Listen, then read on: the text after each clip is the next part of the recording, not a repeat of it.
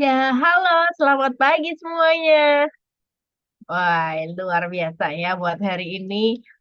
Jangan lupa buat teman-teman, ini roomnya sudah mulai dibuka, jadi kita bisa langsung mengundang rekan-rekan kita yang ada dan kita akan belajar bersama di hari ini. Kita belajar di Health Talk yang luar biasa mengenai tumbuh kembang anak. Ya. Nah, rekan-rekannya mungkin bisa mulai di ini ya, di Japri lagi ya. Dan mungkin buat yang sudah join di sini, bolehlah buat kita chat dulu dari mana semua ini. Iya, oke, iya. Dari mana kota Anda? Salatiga, wah luar biasa. Semarang, iya. Luar biasa ya, padahal mengadakan ini dari Harapan Indah Bekasi loh ya. Tapi kita ini bisa berkumpul bersama di acara Health Talk yang kali ini. Dan dengan Zoom kita semua yang bisa erat gitu ya. Bisa sama-sama belajar. Wah ya. Salah tiga timnya banyak juga nih ya. Wah. Oke. Ya rekan-rekan semuanya. Itu sudah dikirimkan di dalam chat. Kalau Anda semua ingin mau bersama kompakan pakai virtual background. Nah, itu virtual backgroundnya juga sudah disiapkan. Anda bisa download di chatnya.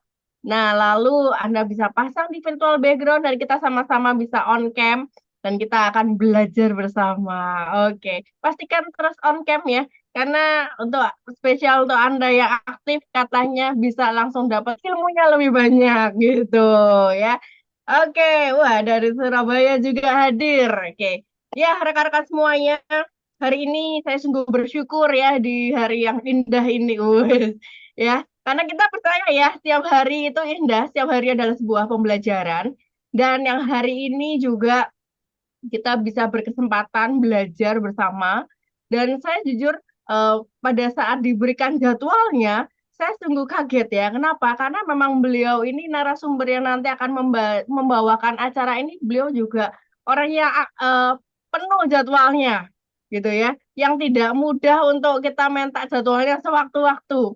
Dan puji Tuhannya hari ini kita bisa bertemu dengan narasumber kita yang luar biasa. Kita mau belajar mengenai dari tumbuh kembang anak dan itu ada beberapa masalah mungkin apa yang membuat tumbuh kembang anak itu setiap orang berbeda-beda. Nah, penasaran kan ya? Udah siap mau belajar semua hari ini? Ya, penasaran? Hari ini kita dapat narasumbernya siapa? Nah, sebelumnya saya akan mengulik ya eh, dengan background beliau yang luar biasa. Yang pertama adalah beliau kuliah di Universitas Kristen Satya Wacana Salatiga di Jawa Tengah dan mengambil di Fakultas Biologi. Jadi nggak heran nanti pada saat beliau akan mengupas lebih detail mengenai mikrobiome, mengenai hal-hal yang mungkin bagi Anda unik biologi banget.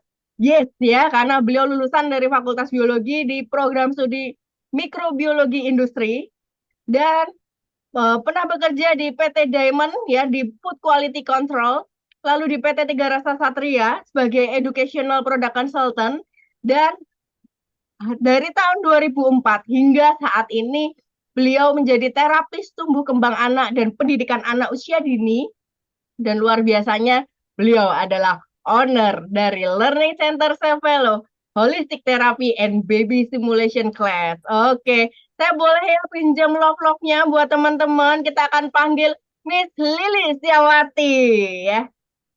Oke, Oke, kasih log-lognya. Oke, thank you yang sudah kasih reaction ya. Halo Miss Lili. halo Miss Sari. Kita berdua jadi Miss ya hari ini ya. Iya. Oke. Iya Miss Lili, gimana kabarnya hari ini? Wah, luar biasa ya hari ini kita ya. Oke, puji Tuhan ya. Semuanya. Selalu saya tuh kalau lihat Miss Lili, lihat senyumnya, wah ya nggak pernah lepas mau senyumnya itu ya. Iya. Dan hari ini ngomong-ngomong nih Miss Lili, mau ngupas apa nih mengenai salah satu dari tumbuh kembang anak nih? Nah, ini yang banyak orang-orang belum tahu ya, Miss Sari ya, tentang microbiome. Tadi yang Miss Sari sudah sempat mention di depan itu ya. Coba saya ingin tanya dulu kepada audiens kita ini, partisipannya. Pernah nggak dengar kata dysbiosis ini? Coba. Disbiosis. Oh, Oke. apa itu loh? Coba. Baru satu yang ngomong belum.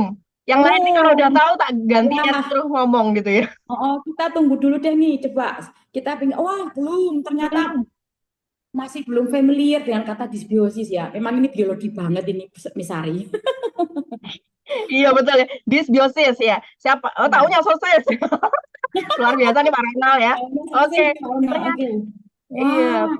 banyak yang Mm-mm. belum tahu Miss Lili. Oke, oke. Boleh kita tampilkan slide-nya dulu judulnya. Oke. Oke, kita tunggu dulu slide-nya. Iya, betul.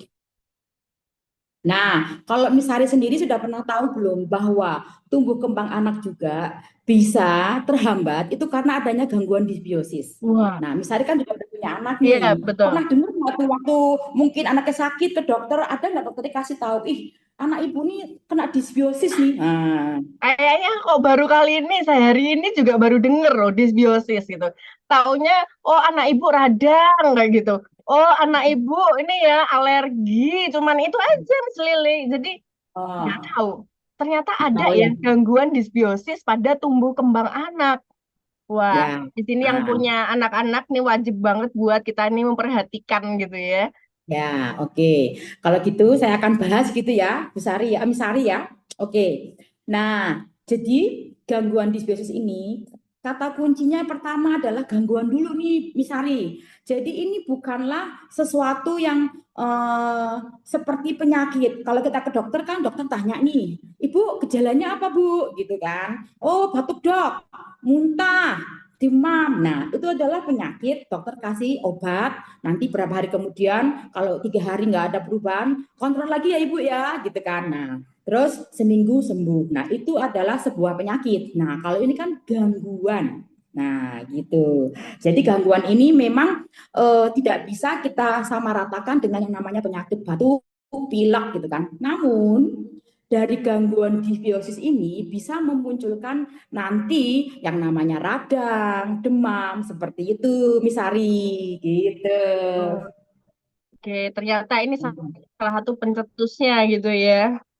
Nah, betul. Oke. Nah, oke, boleh saya langsung membawakan materinya, Misari? Iya, silakan Bu Lili.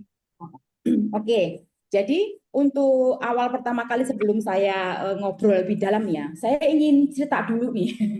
Pada zaman saya masih kuliah ya, saya inget banget saya tuh punya satu apa namanya mata kuliah. Kemudian kita melakukan yang namanya praktek lapangan, ya. Praktek lapangan itu kita melakukan apa? Kita pergi ke suatu sebenarnya bukan desa ya, tapi sebuah perkampungan gitu kan di Salatiga itu kan memang pegunungan. Mungkin Pak Ronald ini tahu nih karena beliau ini memang orang Salatiga ya. Salatiga hadir ya di sini tahu ya kondisi Salatiga ya. Nah, di perkampungan itu kan zaman dahulu nih tahun 95, 96 itu kan tidak semodern sekarang. Itu saya masih ingat kita tuh bawa botol-botol kecil sampel kalau papa mama pernah misalkan dikasih satu apa namanya botol kecil waktu anaknya ngalami sakit kan disuruh bawa yang namanya tuh botol kecil untuk sampel pipis gitu ya. Nah, ketika di sampel pipis itu kan botolnya kecil. Nah, saya waktu itu bawa itu eh, untuk membawa sampel, mohon maaf ya, itu tinjanya anak-anak. Ngeri ya papa mama ya. Karena soalnya tidak semua orang di biologi juga itu sebenarnya tahan loh dengan apa namanya kuliah kita sendiri karena cukup lumayan mengerikan. Kita harus pegang binatang-binatang kayak kadal, cicak gitu kan kita belah-belah gitu. Nah, waktu itu saya ingat dan saya tuh waktu itu belum ngerti karena saya masih mahasiswa gitu kan. Ternyata di dalam tinja itu juga bisa berhubungan dengan disbiosis papa mama, ya kan? Nah, pada waktu itu kita sampel kita bawa, terus kita bawa ke lab, ya. Lalu apa yang kita lakukan? Kita ingin melihat seberapa banyak sih cacing di dalam tubuhnya si anak itu, gitu loh. Nah, itu menarik ya Bapak Mama ya. Nah, sekarang kita boleh masuk langsung ke slide-nya. Yuk, kita belajar tentang disbiosis ini. Nah, Oke. Pada tahun 2020, 2002, saya tuh melihat satu koran Kompas, ada yang namanya kursus anak autis. Dari situlah muncul yang namanya satu keingintahuan saya tentang apa sih itu dunia anak autis. Saya waktu itu belum tahu sama sekali, ya kan? Dan dari situ saya banyak belajar tentang bagaimana tumbuh kembang anak, ya kan, teman-teman. Nah, lalu pada saat saya belajar itu, saya nggak ngerti sama sekali, ya kan? Nah, kemudian saya mulai ikut kursus dan ditawarkan jadi seorang terapis di rumah. Nah, di sini saya mulai belajar. Nah, ternyata setelah saya menjadi seorang ibu, saya juga baru memahami. Jadi, Papa Mama, yang ingin saya sampaikan adalah bahwa kenapa kita sangat penting sekali yang namanya deteksi dini tumbuh kembang anak. Oke. Nah, deteksi itu adalah suatu kegiatan ya atau proses pemeriksaan yang bertujuan untuk menemukan adanya penyimpangan atau keterlambatan secara dini dalam tumbuh kembang anak agar dapat melakukan intervensi dengan segera. Nah, problematika kita terutama untuk papa mama yang ada di Jakarta ya, kita ini kan sebagai apa namanya seorang ibu rumah tangga juga ibu bekerja dan kita titipkan anak-anak kita ke eh, keluarga kita, mungkin nenek kakeknya atau mungkin mbaknya atau mungkin susternya. Nah, seringkali kita sering terlewatkan tidak melihat proses tumbuh kembang anak kita sendiri. Nah, di sini jika ada calon ibu-ibu yang mungkin sedang prokmil atau sebentar lagi mau menikah dan mempunyai anak, sangat disarankan untuk belajar tentang tumbuh kembang anak. Karena kalau saya banyak melihat di luar negeri, sebelum mereka menikah atau mereka sudah menikah dan mau program hamil, mereka tuh belajar sekali bagaimana ketika sudah punya anak, saya harus melakukan apa-apa seperti itu. Nah, jadi di sini sangat penting banget kita punya ilmu untuk mengerti proses tumbuh kembang si anak. Nah, boleh lanjut slide-nya? Nah, oke. Nah, apa saja yang harus kita lakukan? Biasanya kalau kita dulu ya, saya masih ingat ketika saya punya adik juga kan, kita di kampung itu kan suka ada posyandu. Dan saya lihat juga di Jakarta juga sudah mulai digerakkan ya posyandu nih untuk ayo bayi-bayi balita datang ya. Apa yang mereka lakukan? Mereka pasti akan melihat secara pertumbuhan fisiknya dulu. Berat badannya oke enggak, papa mama, ayah bunda, ya kan? Tinggi badannya, lingkar kepalanya. Nah, biasanya proses ini akan dilakukan setelah bayi dilahirkan. Itu akan dilakukan oleh pihak medis ya, bisa itu perawatnya, bisa itu juga mungkin bidan atau dokternya langsung kandungan. Nah, ketika nanti dokter akan memeriksa bagaimana fungsi jantungnya, paru-parunya, nanti dikasih catatan. Oh, bapak mama, anak mama lahir dengan normal, ada 5 jarinya, ya kan, nggak sumbing, semuanya oke, akan diperiksa oleh dokter. Sebagai seorang mama baru, kita bahagia banget karena tubuh anak kita lengkap, tidak ada satupun yang apa namanya cacat dalam arti ini ya secara fisikal. Nah, kemudian memasuki usia 0 sampai 2 tahun atau dikatakan itu sampai 3 tahun sebenarnya masa 1.000 hari.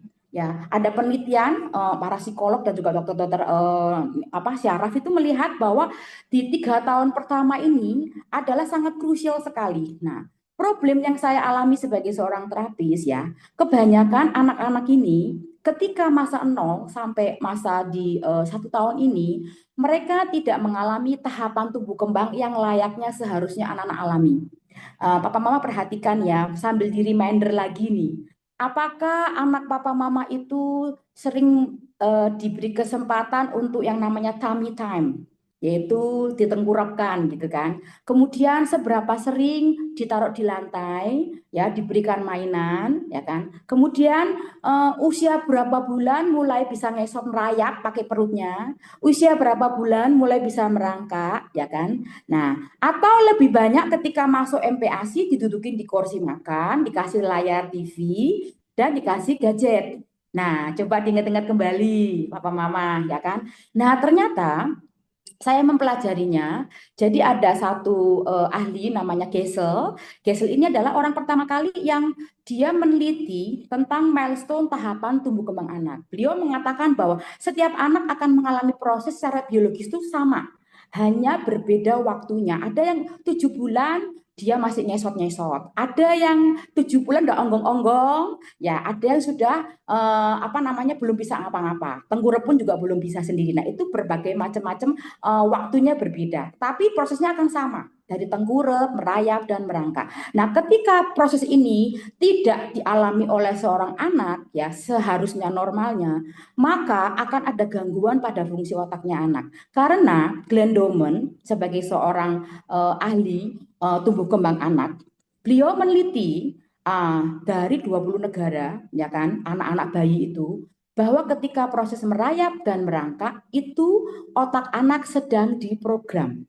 Kalau kita punya komputer yang masih kosong, kita akan install kan program-program apa yang di situ. Nah, sama juga dengan yang namanya anak kita. Nah, persoalannya seberapa seringkah papa mama memberi kesempatan anak-anak di lantai untuk bergerak bebas. Kemudian seberapa seringkah anak-anak itu di stroller, ya. Itu akan mempengaruhi tumbuh kembang anak, ya. Kemudian secara psikologis, sosial emosi.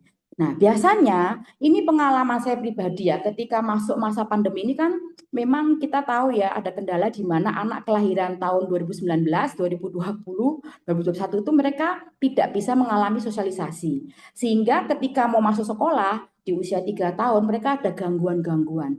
Nah, oleh karena itu Papa Mama, karena sekarang sudah tidak ada lagi pandemi, jadi boleh kita memberikan ruang kepada anak-anak untuk mengalami masa di mana anak boleh bersosialisasi. Nah, karena ketika banyak orang tua yang merasa gini loh, ah nggak apa-apa kok, nanti juga ya setelah sekolah itu anakku ya bisa cerewet sendiri, bisa bergaul. Ternyata tidak, Bapak Mama. Jadi saya mau luruskan dulu bahwa itu adalah sebuah mitos sebenarnya. Kalau nanti disekolahkan, anak saya pasti pintar sendiri, tidak seperti itu, ya.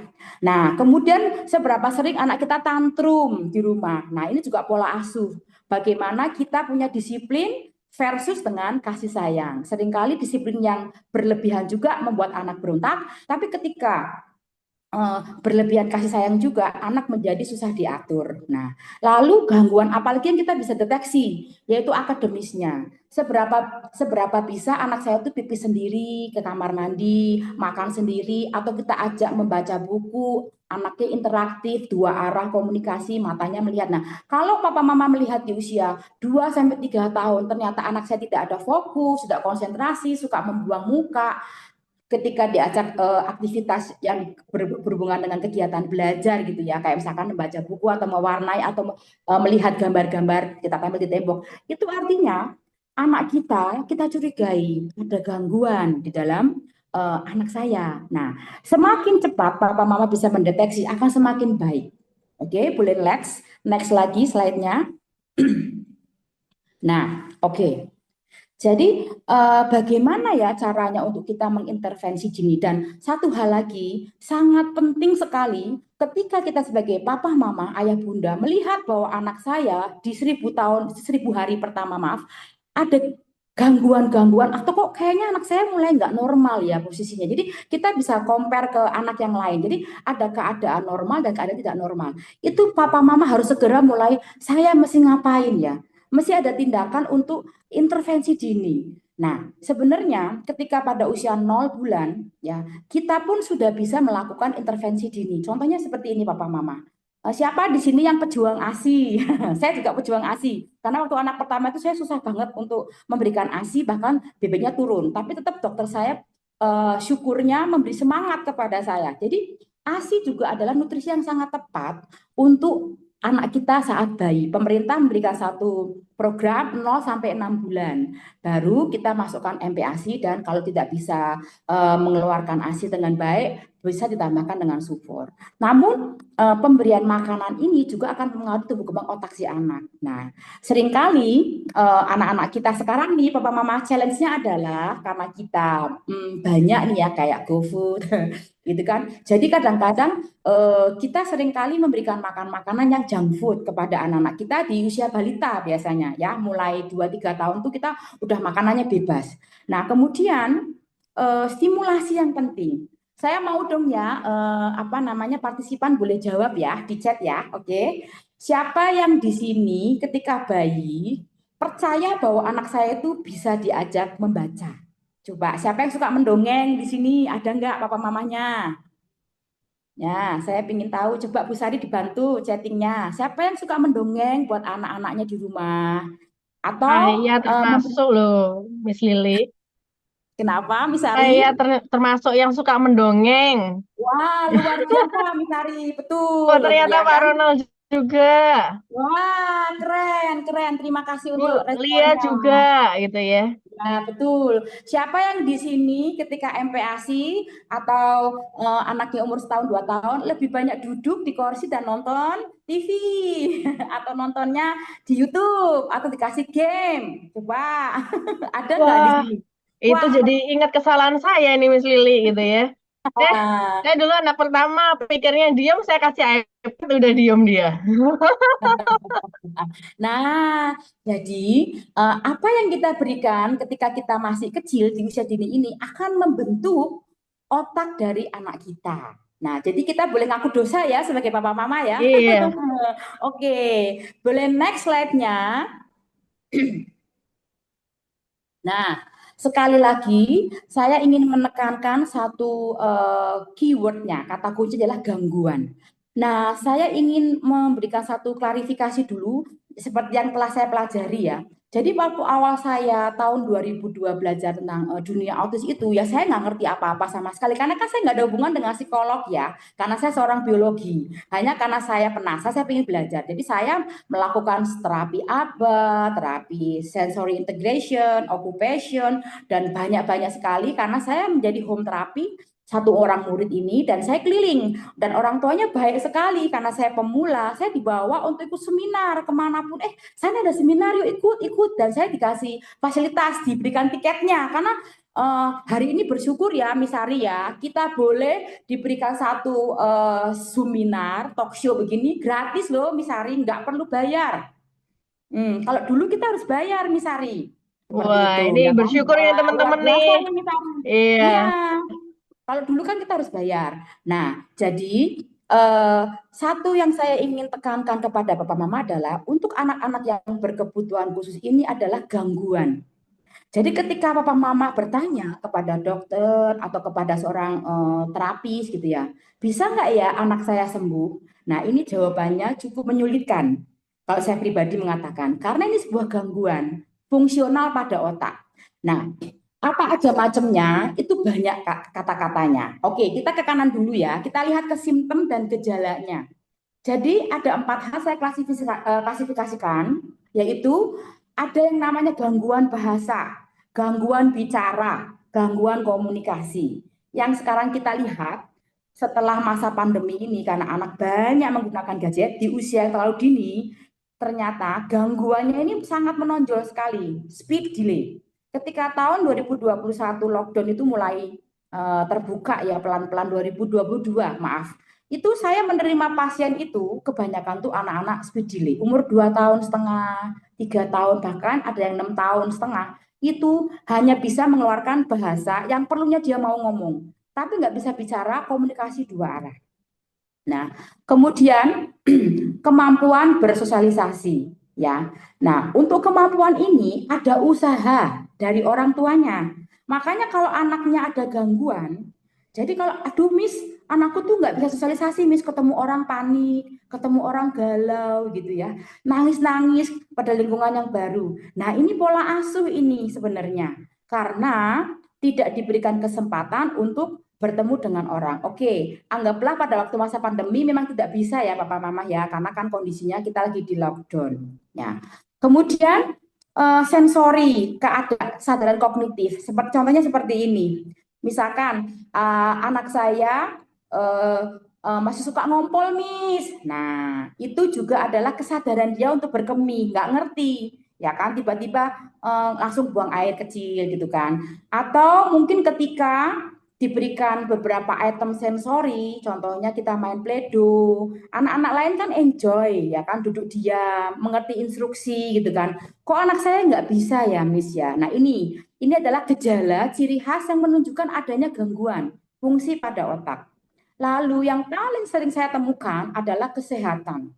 Ya, kesehatan tuh biasanya anakku tuh lumis, batuk, pilek, demam tak berkesudahan. Nah, ini imun sistemnya bermasalah. Kemudian fisiknya, ada beberapa anak yang jalannya terlambat, usianya sudah mendekati 2 tahun, atau memang dilahirkan pada waktu itu dalam kondisi cerebral palsy ya, artinya gangguan motorik itu pada area tulang punggung. Jadi otak kecil, spinal cord, jadi otak kecil itu menyambung dengan tulang belakang, ya itu namanya gangguan cerebral palsy. Hari ini saya nggak bahas itu, dan juga perilaku.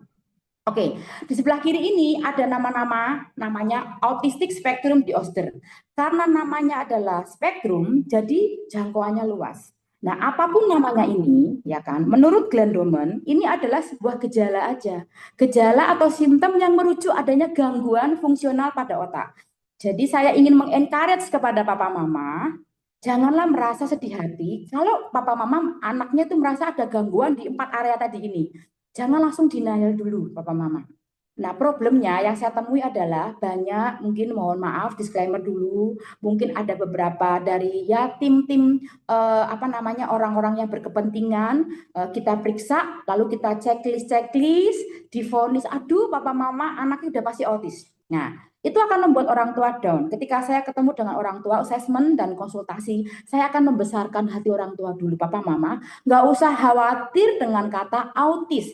Itu bukanlah suatu apa ya, sesuatu yang menakutkan. Dan di sini juga saya ingin mengencourage para papa mama bahwa janganlah langsung merasa down ketika ada ahli gitu kan yang memvonis anak kita adalah autis. Kita cukup perlu menerima itu dan kita mencari solusinya apa seperti itu. Nah, jadi saya mau klarifikasi di sini adalah gangguan fungsional pada otak. Jadi bukan lagi mencari kesembuhan, tetapi bagaimana solusinya supaya gangguan ini fungsinya itu berfungsi kembali. Oke, saya akan kasih gambaran gini Papa Mama.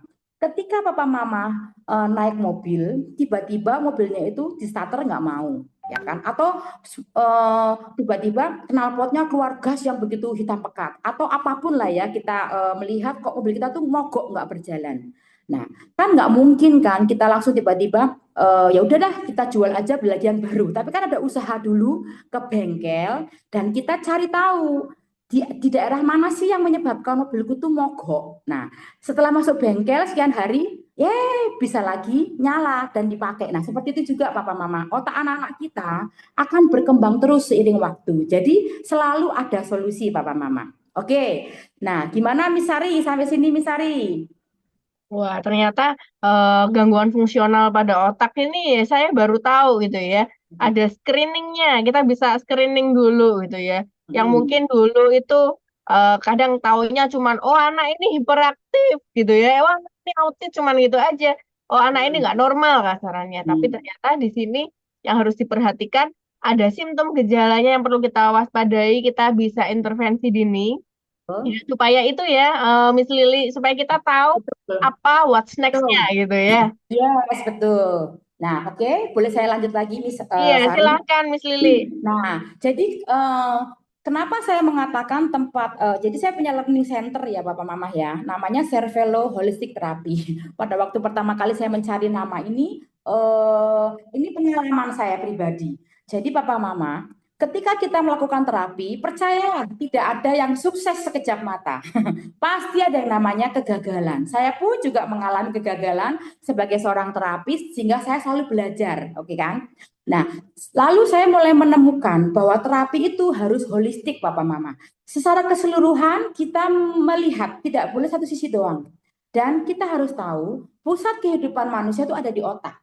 Sehingga saya menyebutkan dengan nama cervello. Cervello itu artinya adalah otak ya dalam bahasa Italia. Sehingga terapi saya merujuk kepada bagaimana memperbaiki fungsi otak secara holistik. Nah, ada 4 hal yang saya kerjakan selama ini. Pertama adalah nutrisi. Ketika saya belajar dengan sebuah metode di Amerika, namanya metode Glenn Doman, ini penciptanya langsung, beliau juga di sana punya tim bahwa nutrisi ini memainkan peran 80 sampai 100%. Jadi 80% itu minimal. Kalau kita bisa memperbaiki di pola makan, dietnya, dan suplementasi, maka itu amazing, ya kan? Karena nanti saya di belakang akan saya testimonikan ya Bapak Mama ya. Saya amazing banget gitu ya. Anak ini datang dengan speed delay hanya dengan jangka waktu 1-2 bulan kita perbaiki pola makannya dan suplementasi. kok tiba-tiba mamanya tuh langsung laporan ke saya, Miss Lily, ini anak sudah bisa keluarkan kosakata baru. Wah, saya amazing banget. Kemudian lakukan kegiatan fisik, ya pasti ada yang namanya kegiatan seperti sensory integration, ya occupation dan sebagainya. Dan di saya juga punya pola-pola kegiatan fisik untuk melakukan terapinya. Kemudian kita juga melakukan kegiatan kognitif yaitu berupa akademis, artinya persiapkan anak-anak untuk masuk ke sekolah. Contoh seperti ini, ketika ada anak datang kepada saya dalam kondisi dia hyperaktif, kemudian orang tua bilang, Miss tolong ya, harus dibimbel Miss, ajarkan nulis Miss gitu. Oke papa mama, tahan dulu, ya kan? Saya bilang, anak papa mama belum bisa duduk diam. Jadi PR saya dengan PR mama adalah yuk perbaiki pola makan sampai anaknya tenang. Nah nanti bertahap papa mama, nggak langsung pegang apa namanya pensil tuh nggak. Duduk dulu bisa nggak, gitu kan? Bener nggak bisa Misari, betul kan? Betul. Bisa fokus, Karena kasih harapannya gambar. harapannya tuh langsung bisa ini ya, langsung bisa nulis, Iya, bisa baca gitu ya. betul. Kalau bisa langsung Nah, suruh cari uang gitu loh, Miss Lili.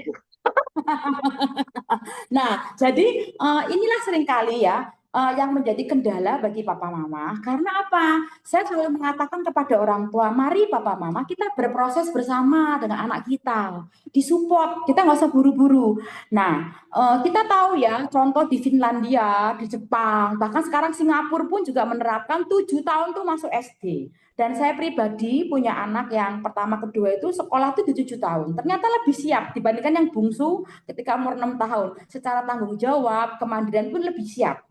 Nah, kemudian yang keempat adalah sosial emosi. Seringkali gini, ya udah Miss, saya males bawa ke playground Miss, kotor di sana. Nah, Papa Mama, untuk anak-anak bisa berkembang secara sosial emosi, ada usaha juga dari keluarga untuk mengajak anaknya bersosialisasi. Nah, biasanya yang saya lakukan adalah ada orang tua yang gini protes, Miss, pokoknya kalau terapi ya one by one Miss, saya nggak mau ada teman lain ya Miss ya. Nah, saya jelaskan kepada Papa Mama, akan ada waktunya anak itu one by one dulu. Kemudian bagaimana anak itu bisa bersosialisasi dengan temannya kalau nggak pernah ditemukan dengan teman. Betul nggak misalnya? Contoh gini ya, Betul. kita lagi ada dua anak gitu ya, dikasih mainan.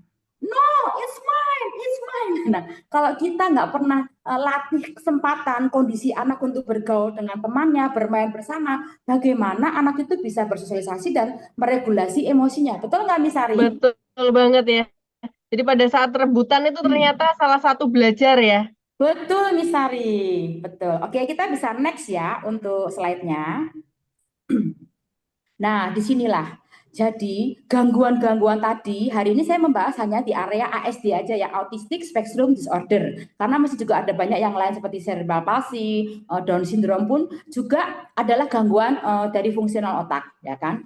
Oke, dysbiosis, nah itu adalah, satu kondisi ketidakseimbangan mikroorganisme. Nah, di bulan Juni yang lalu kita membahas tentang teknologi mikrobiom pada kulit, gitu kan? Nah, sekarang hari ini kita membahasnya tentang ketidakseimbangan mikroorganisme. Nah, jadi Papa Mama perlu kita ketahui bersama pada waktu kita sekolah nih ya, SD, makhluk hidup apa aja, ya kan? Tumbuhan, hewan, betul kan? Nah, tapi kita nggak pernah belajar yang namanya mikroorganisme, ya kan? Nah, ketika udah mulai masuk kelas, biasanya kelas 5, kelas 6 itu sekarang tuh udah ada nih yang namanya bakteri, jamur, virus. Nah, jadi Papa Mama harus tahu bahwa di dalam kehidupan kita, di dalam tubuh dan juga di lingkungan udara kita pun ada yang namanya mikroorganisme. Ketika kondisi mikroorganisme itu ada dua hal, Papa Mama. Ada yang baik, ada yang tidak baik.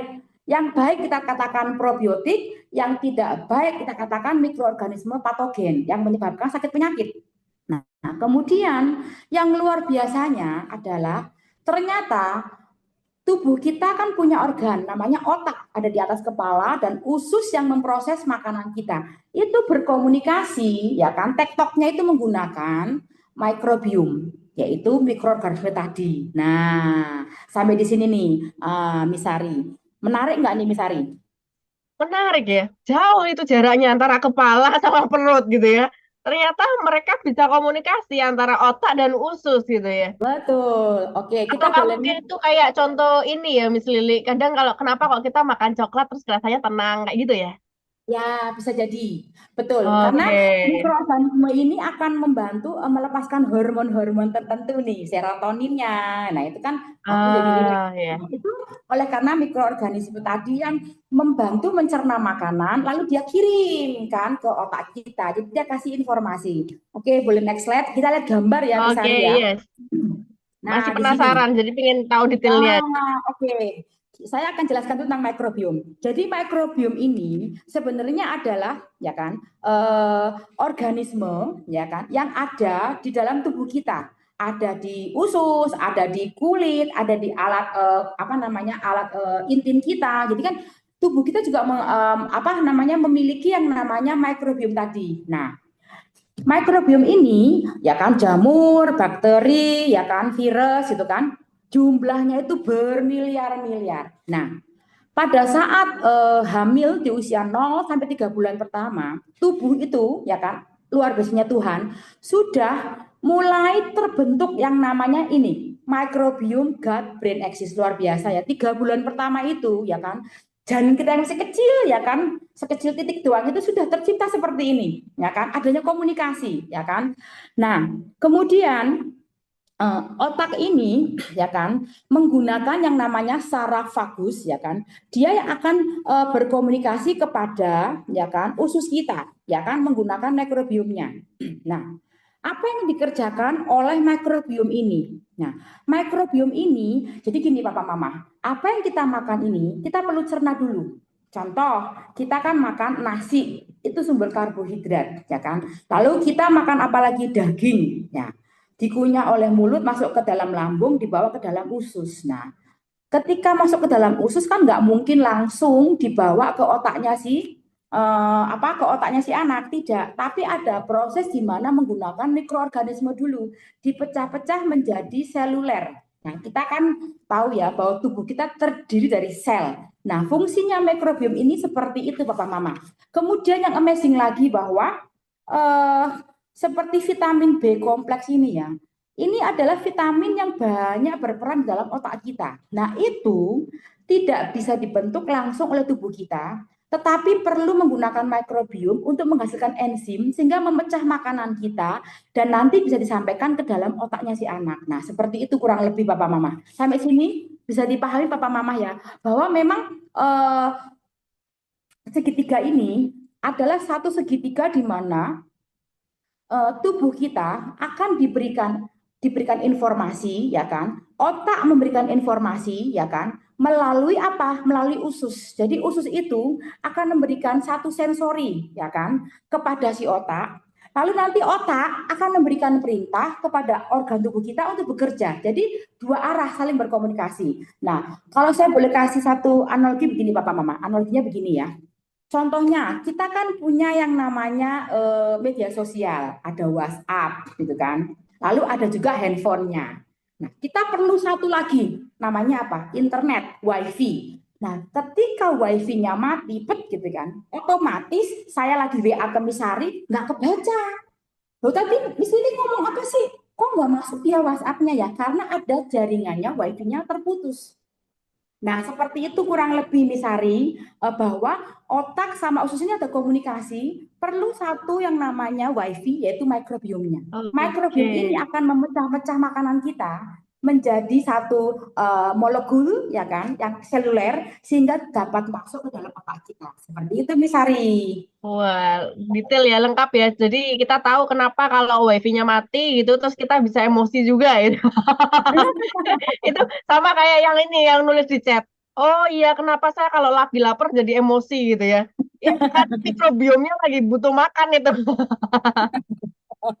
Oke, kita langsung ke next slide lagi Oh ya. iya. Nah, nah ini yang coba Papa Mama mulai di review sendiri, mulai diingat-ingat anaknya ya. Jadi kita masih menyadari sekali bahwa jalur sumbu mikrobiota usus dengan otak ini sangat berpengaruh kepada memodulasi perkembangan fungsi syaraf pusat dan terlibat dalam gangguan neurologis. Ada dua hal ya. Yang pertama neurodevelopmental disorder dan NPD kita tahu ya gangguan secara psikologis. Jadi kalau papa mama melihat anak-anak yang dikatakan ASD ini, mereka tuh ada gangguan perilaku, ada gangguan tumbuh kembang. Contohnya misalkan makannya juga susah, picky eater, ya kan? Kemudian juga sering sakit-sakitan. Nah, kita tahu bahwa segitiga tadi itu punya peranan untuk mengatur perkembangan syaraf pusat kita, ya kan?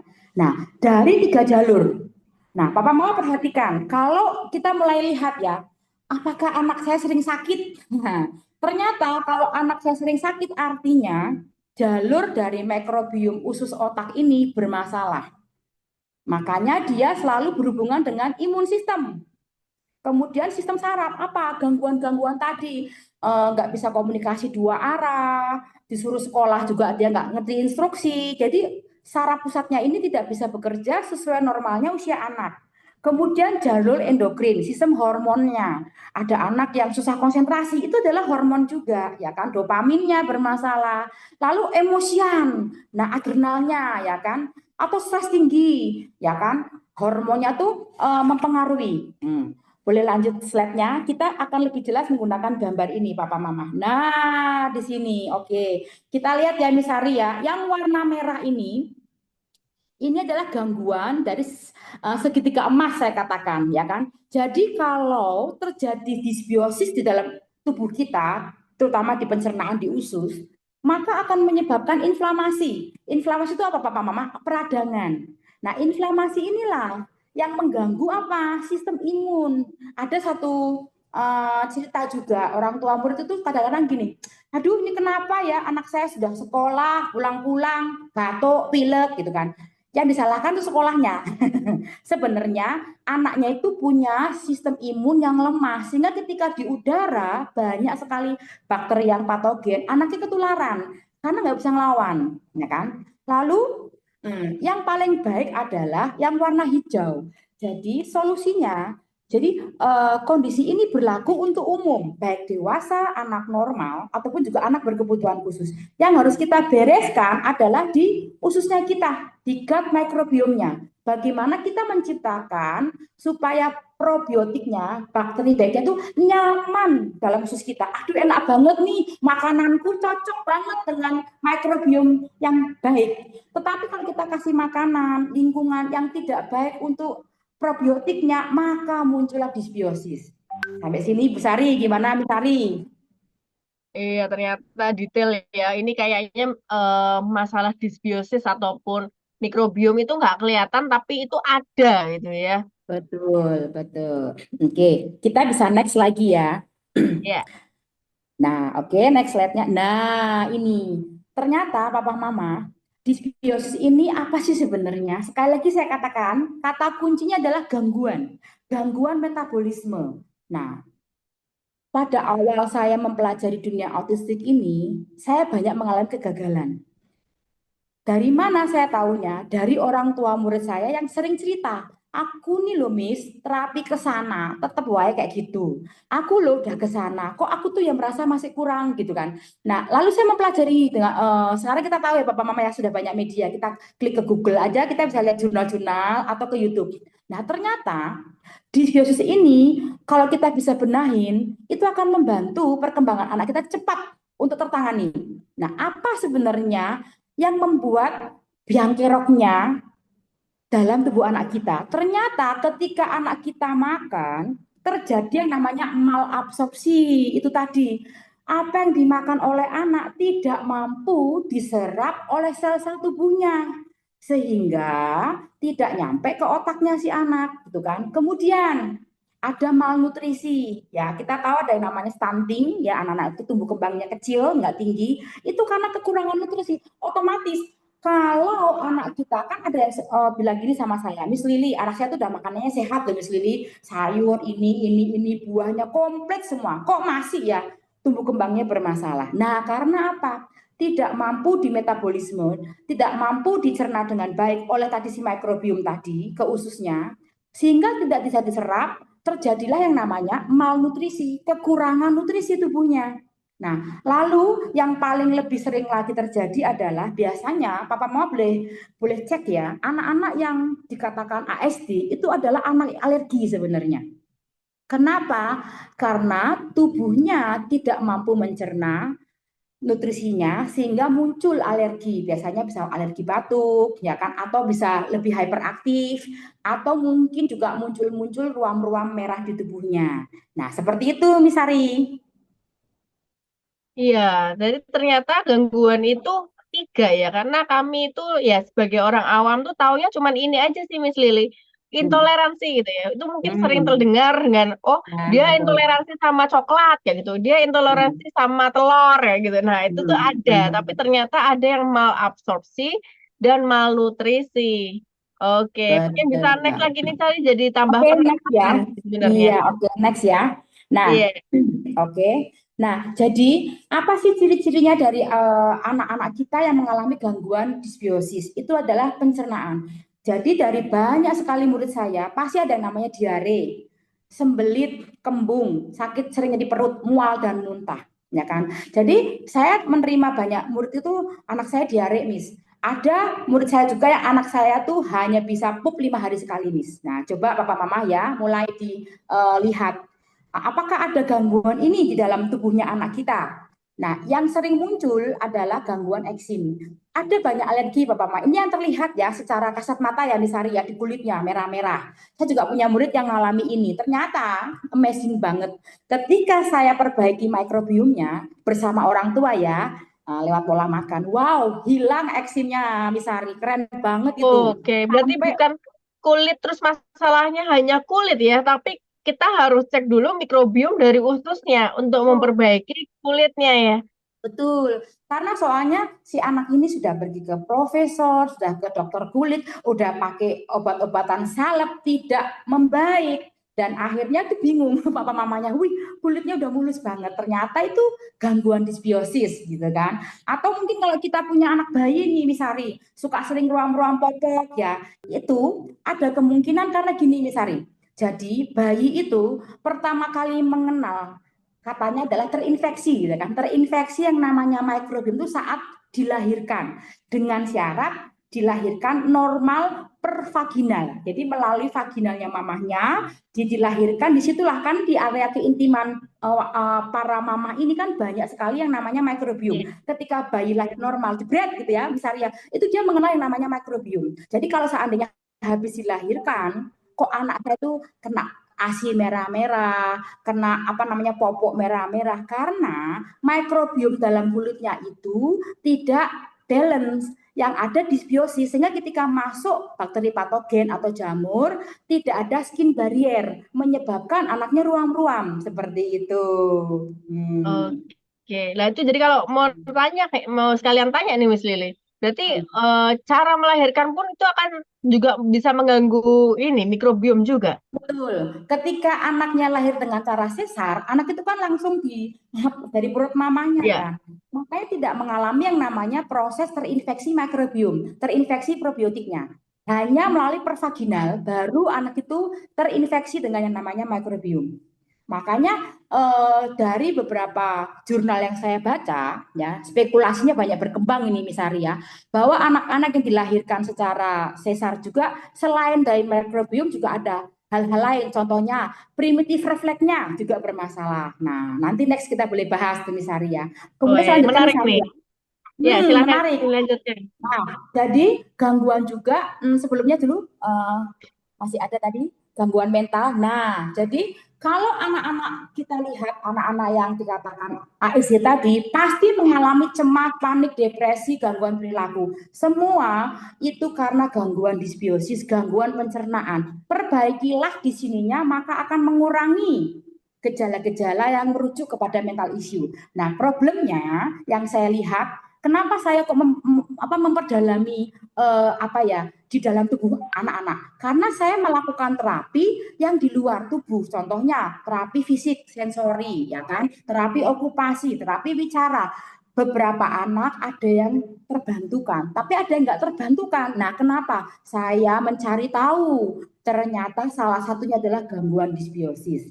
Ketika ini diperbaiki, maka semua mental isunya juga akan berkurang, Misari. Oke, lanjut Oke. lagi, Misari ya.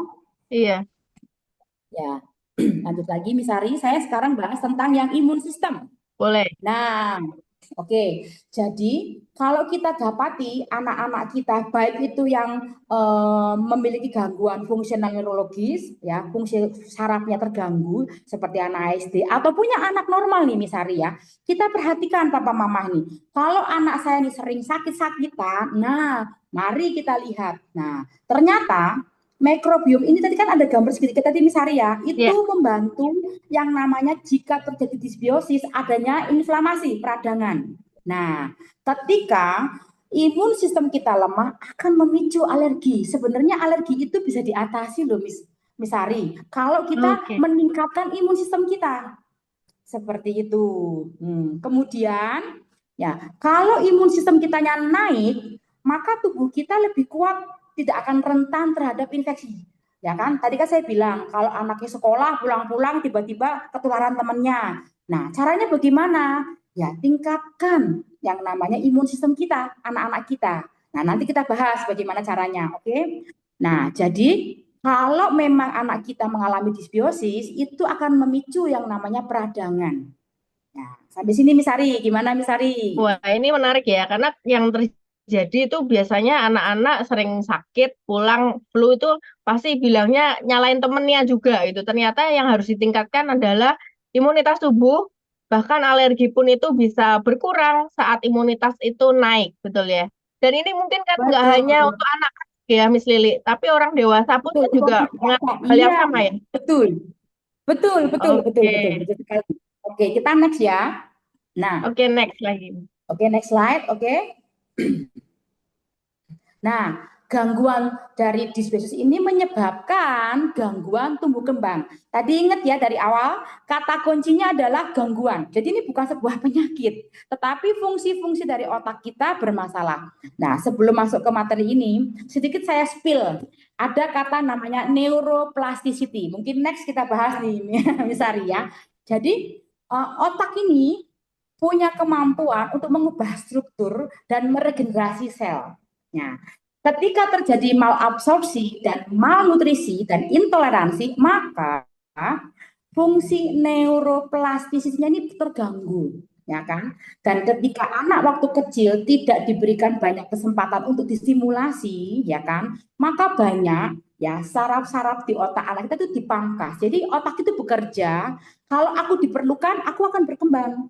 Kalau aku nggak diperlukan, aku akan pangkas sel-sel otaknya. Nah, jadi disbiosis inilah menjadi pemicu. Kalau dikatakan anak ADHD, hyperaktif sekali gitu kan. Ada murid saya, nanti saya akan testimonikan di belakang. Ini sudah terapi kedua tempat bersamaan hampir 6 bulan. Papa mamanya, terutama papahnya yang kecewa karena nggak ada perubahan. Aktif nggak karu-karuan. Ternyata saya jelaskan ke orang tuanya dalam sesi konsultasi dan kita perbaiki disbiosisnya luar biasa. Perubahannya sekarang normal dan sudah sekolah. Nah, kemudian kalau terjadi disbiosis yang pasti ada yang namanya stunting, kurang gizi. Jadi papa mama mulai ya deteksi dini tadi dari fisiknya juga harus kita lihat. Kalau misalkan sudah makan, nah nanti kita bahas di belakang. Makanan apa saja yang paling baik untuk anak saya? Nah ini kita nanti bahas di belakang. Boleh next slide-nya? Oke, next slide.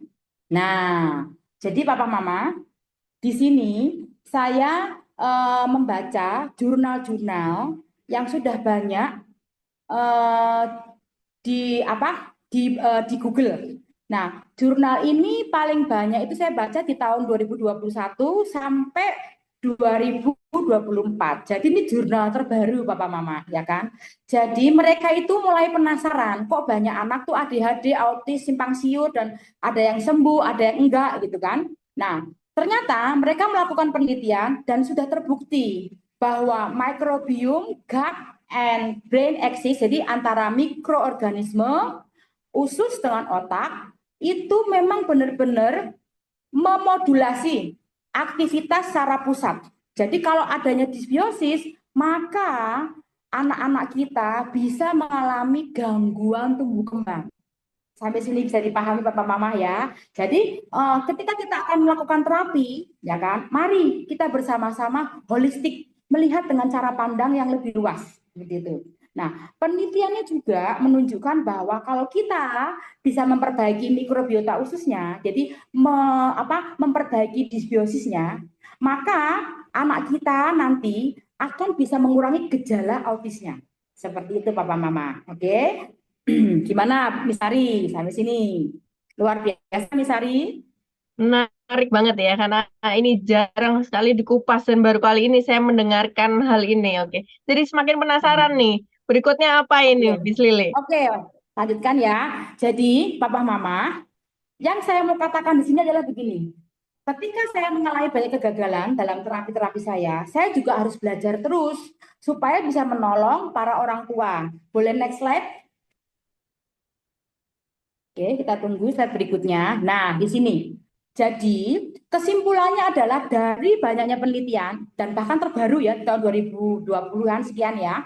Oke, bahwa ternyata ketika kita bisa menangani masalah gangguan disbiosis, ini menjadi informasi yang penting sebagai potensi baru dan tindakan terapi ya, tepatnya terapi ya atau pengobatan untuk membantu tumbuh kembang anak khususnya untuk anak-anak NDD, Neurodevelopmental Disorder, yaitu ASD, anak-anak autis. Jadi kalau kita bisa mulai memperbaiki ya kan proses yang namanya tadi mikroorganisme usus dengan otak, maka kasus-kasus ASD ini bisa cepat tertangani seperti itu ya. Nah, oleh karena itulah saya semakin semangat ya untuk melakukan juga yang namanya membantu para orang tua mensosialisasikan dan mengedukasi para orang tua bahwa papa mama yuk sama-sama kita tangani gangguan disbiosis karena ini perlu proses dua arah Misari antara saya sebagai terapis dan juga orang tua karena menyangkut pola makan. Kita bisa next slide ya Misari ya. Nah sekarang bagaimana pencegahannya nih Misari? Nah, ini yang sangat penting. Boleh nih, misalnya kita ngobrol Oke, dulu.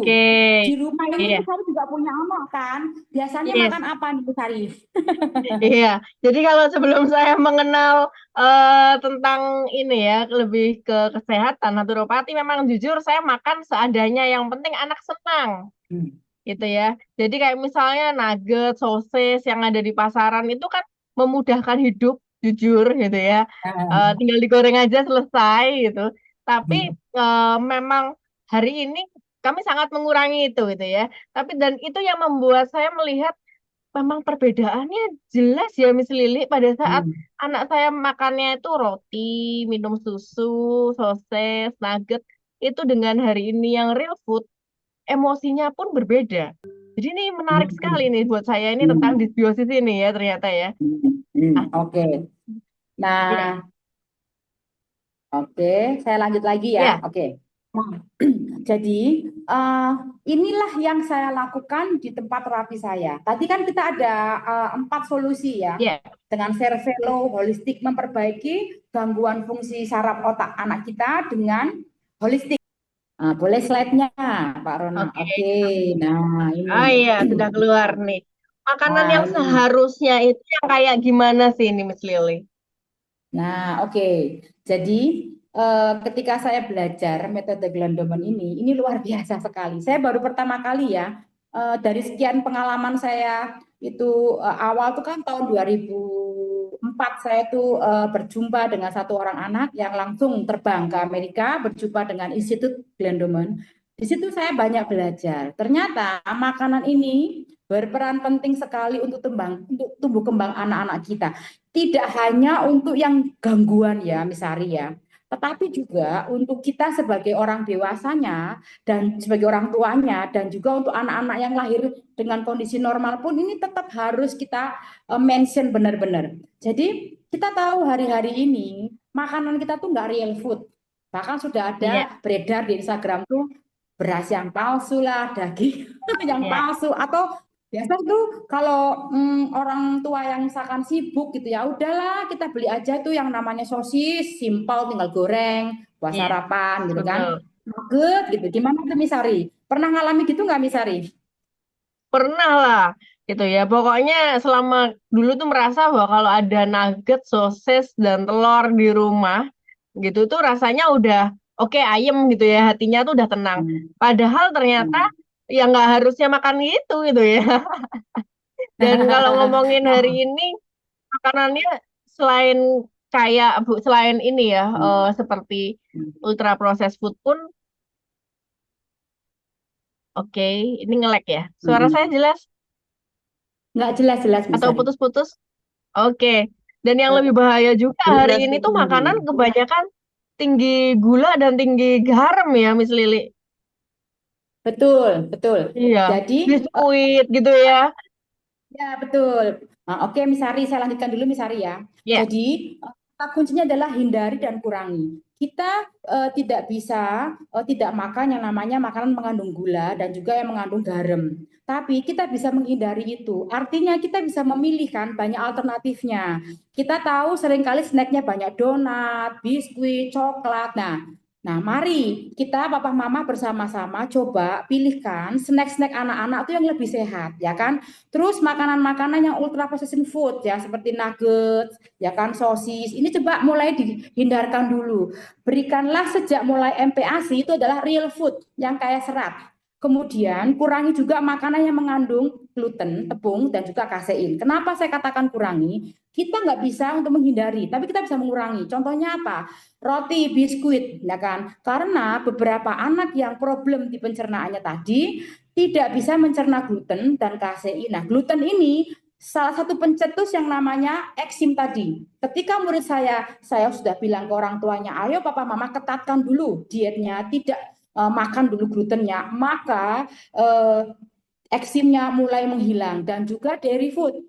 Coba Papa Mama pikirkan kalau bawa snack sekolah tuh apa? Biasanya kan susu UHT ya. Nah, keju. Boleh makan nggak sih, Miss? Boleh. Tapi coba kita kurangi, atur. Dalam seminggu itu berapa lama kita kasih kepada anak kita? Apakah cukup sekali atau 2 kali? Karena ini akan mengganggu sekali nanti yang namanya di dalam metabolisme tubuh kita menyebabkan disbiosis. Kita boleh next slide-nya.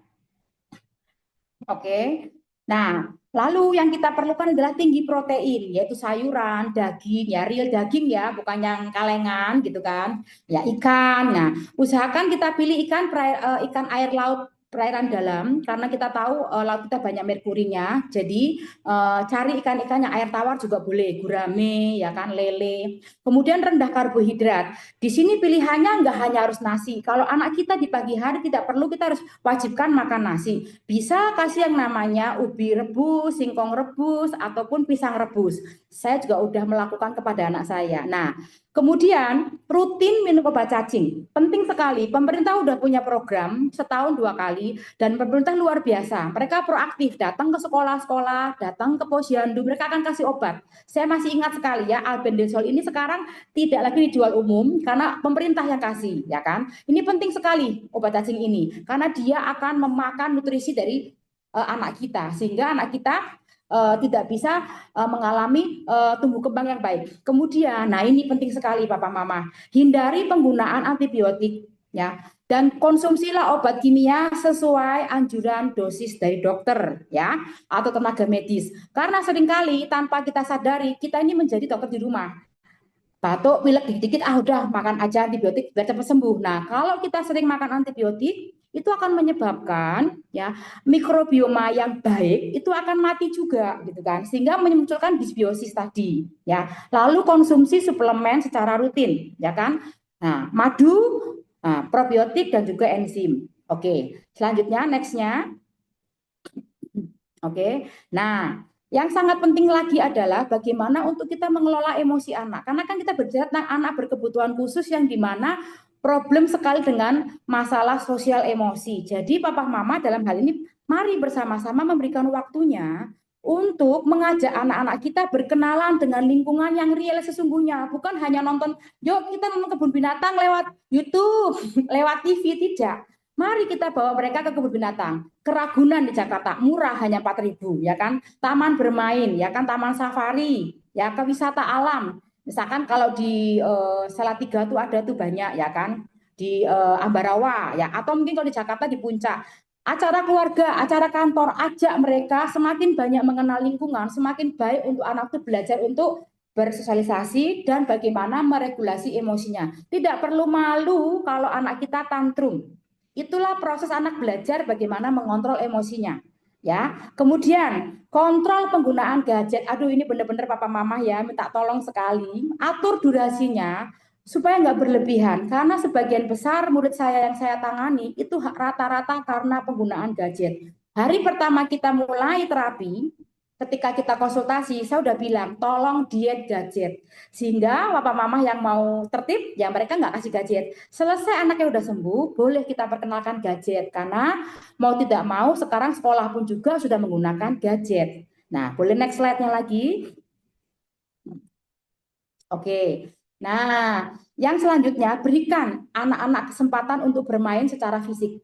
Bermain kotor itu sehat loh Bapak Mama.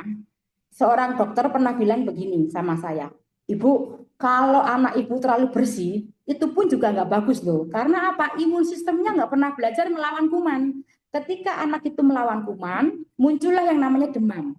Ketika demam, jangan buru-buru langsung kasih antibiotik.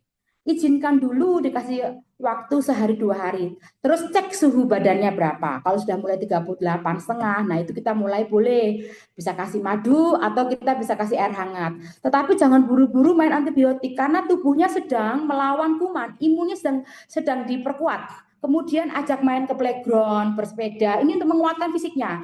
Yang paling penting adalah anak-anak sekarang tidak pernah kena matahari.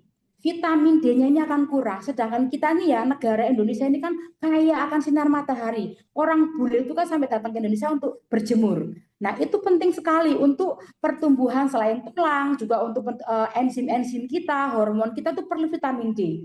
Lalu, Papa Mama, yang sangat penting adalah bagaimana mengelola emosi anak-anak adalah please harus seimbang antara belajar dan bermain, ya kan? Ini penting banget, ya, harus balance karena ini akan membantu meregulasi emosi anak-anak kita. Dan jangan terlalu banyak tuntutan juga terhadap sekolah. Nilainya harus 100 ya, harus 90 ke atas. Ini akan membuat anak-anak jadi stres sehingga akan menjadi gangguan-gangguan perilaku. Yang selanjutnya adalah kita tetap juga menggunakan spiritual ya, ajak dan dampingi anak-anak beribadah secara rutin. Ini akan membantu juga untuk anak-anak tuh merilekskan juga jiwanya, ya kan, supaya mereka lebih tenang, ya kan. Kemudian ajak mengikuti kegiatan keagamaan. Ini membantu spiritualnya mereka. Lalu ajar mereka untuk mengucap syukur. Anak-anak sekarang itu susah mengucap syukur. Ketika dikasih makan tidak sesuai dengan kemauannya si anak, dia akan marah, ngambek, ya kan. Orang Jawa bilang mutung. Nah, mari kita ajak mereka contohnya berbagi ke anak yatim piatu sehingga mereka ngerti di sana itu susah makan, tidak punya orang tua. Nah, ini adalah satu hal yang saya lakukan yaitu untuk pencegahan disbiostik, yaitu apa? Holistic life. Tetap kita harus menggunakan dari berbagai sudut pandang. Begitulah Misari hari ini pembahasan saya. Lalu saya akan masuk ke next slide tentang bagaimana solusinya menghadapi disbiosis ini. Seperti itu. Gimana Misari? Wah, menarik nih. Langsung dapat solusinya ya hari ini ya. Oke. Betul, betul. Oke. Nah, Solusinya gimana ini, Miss oke. Lily? Jadi Papa Mama, pada awalnya saya kan mengenal HD ini sudah cukup lama ya. Tahun 2014 ketika anak saya nomor 2 itu masih umur 3-4 bulan. Saya masih ingat itu di bulan April kalau nggak salah ya. Nah, waktu itu saya hanya menggunakan sebagai apa ya, suplemen keluarga. Ya. Nggak pernah terbayangkan, terpikirkan saya akan menggunakan untuk murid saya. Memang saya tahu bahwa ketika saya belajar Glendomen, mereka juga menggunakan yang namanya nutrisi, suplemen, tapi mereka beli di Amerika. Sehingga saya nggak tahu kan bagaimana cara untuk membelinya. Nah, dari berjalannya waktu, testimoni saya juga banyak sekali misalnya tentang anak saya pribadi dan juga keluarga saya untuk menggunakan produk ini. Lalu teman saya, upline saya ini terutama ya, Bu Esti, ayo Lili coba kamu gunakan untuk murid-murid kamu. Jujur ya Papa Mama, saya nggak berani untuk menggunakannya ini karena saya nggak kenal apa itu HDI, apa itu madu, itu kan saya nggak kenal sama sekali. Ketika mulai masa pandemi itulah, ini produk mulai mencuat ke permukaan. Di semua media sosial itu orang pasti melihat Clover Honey dan juga Propohelik. Lalu saya mulai banyak mengikuti yang namanya training-training melalui video YouTube, ya kan? Dan saya mulai penasaran mempelajari yang namanya produk HDI ini, namanya Forstar. Nah, ketika saya mengerti bahwa di dalam kasus gangguan tumbuh kembang anak ini ada yang namanya masalah disbiosis, lalu saya pelajari. Ternyata Papa Mama, kita boleh next slide ya. Oke, next slide. Nah, kita ketahui bahwa di luar sana itu juga ada madu, ya kan? Madu lokal. Nah, persoalannya Papa Mama, kenapa saya memilih madunya Clover Honey? Yang pertama, madu ini adalah prebiotik. Nah, apa itu prebiotik? Dia adalah makanan dari probiotiknya. Jadi kalau kita di dalam usus kita tuh ada yang namanya bakteri-bakteri baik, ya kan, probiotiknya, dia perlu dikasih makan supaya dia berkembang sehingga bakteri patogennya itu bisa berkurang. Nah, persoalannya banyak orang berkata gini, itu kan manis ya Miss Lily ya, ada gulanya. Nah, yang saya amazingnya adalah saya disodorkan dengan nilai ini ya. Kalau kita sebagai seorang medis pasti kita ngerti apa itu namanya glycemic index ya kan. Bagaimana berhubungannya dengan yang namanya insulin. Jadi karena angka GI-nya ini rendah di bawah 55, hanya sekitar 53, ini menyebabkan saya meyakini bahwa madu ini bisa kita pakai untuk menjadi prebiotiknya di ususnya si anak. Lalu oleh tim dari HDI menjelaskan kepada saya, waktu itu kan dipresentasikan ya, bahwa kadar airnya itu hanya 17%. Artinya, kalau kadar air 17%, maka tidak ada satupun bakteri yang bisa hidup. Nah, di sini, ini pada waktu saya masih bayi, anak pertama, saya ingat, Ibu tolong ya, bayinya tidak boleh minum madu sampai umur setahun. Saya nggak ngerti alasannya kenapa. Dan ternyata, nah, di sini jawabannya saya baru tahu, karena di dalam madu itu seringkali banyak bakteri. Kenapa? Karena madu ini kan kandungannya sangat sangat lengkap nutrisinya. Jadi karena tidak adanya karena kadar airnya yang kecil inilah menyebabkan bakteri apapun tidak bisa hidup. Nah, dari WHO sendiri menyatakan bahwa madu yang sangat disarankan secara kualitasnya bagus itu harus di bawah 20%. Nah, yang terus saya lagi mention untuk madu ini adalah enzimnya banyak. Jadi ketika saya memberikan suplementasi kepada orang tua murid saya, selain saya menggunakan madu, saya juga ada produk enzim. Kenapa enzim itu penting? Contohnya, untuk kita bisa memproses karbohidrat perlu amilase.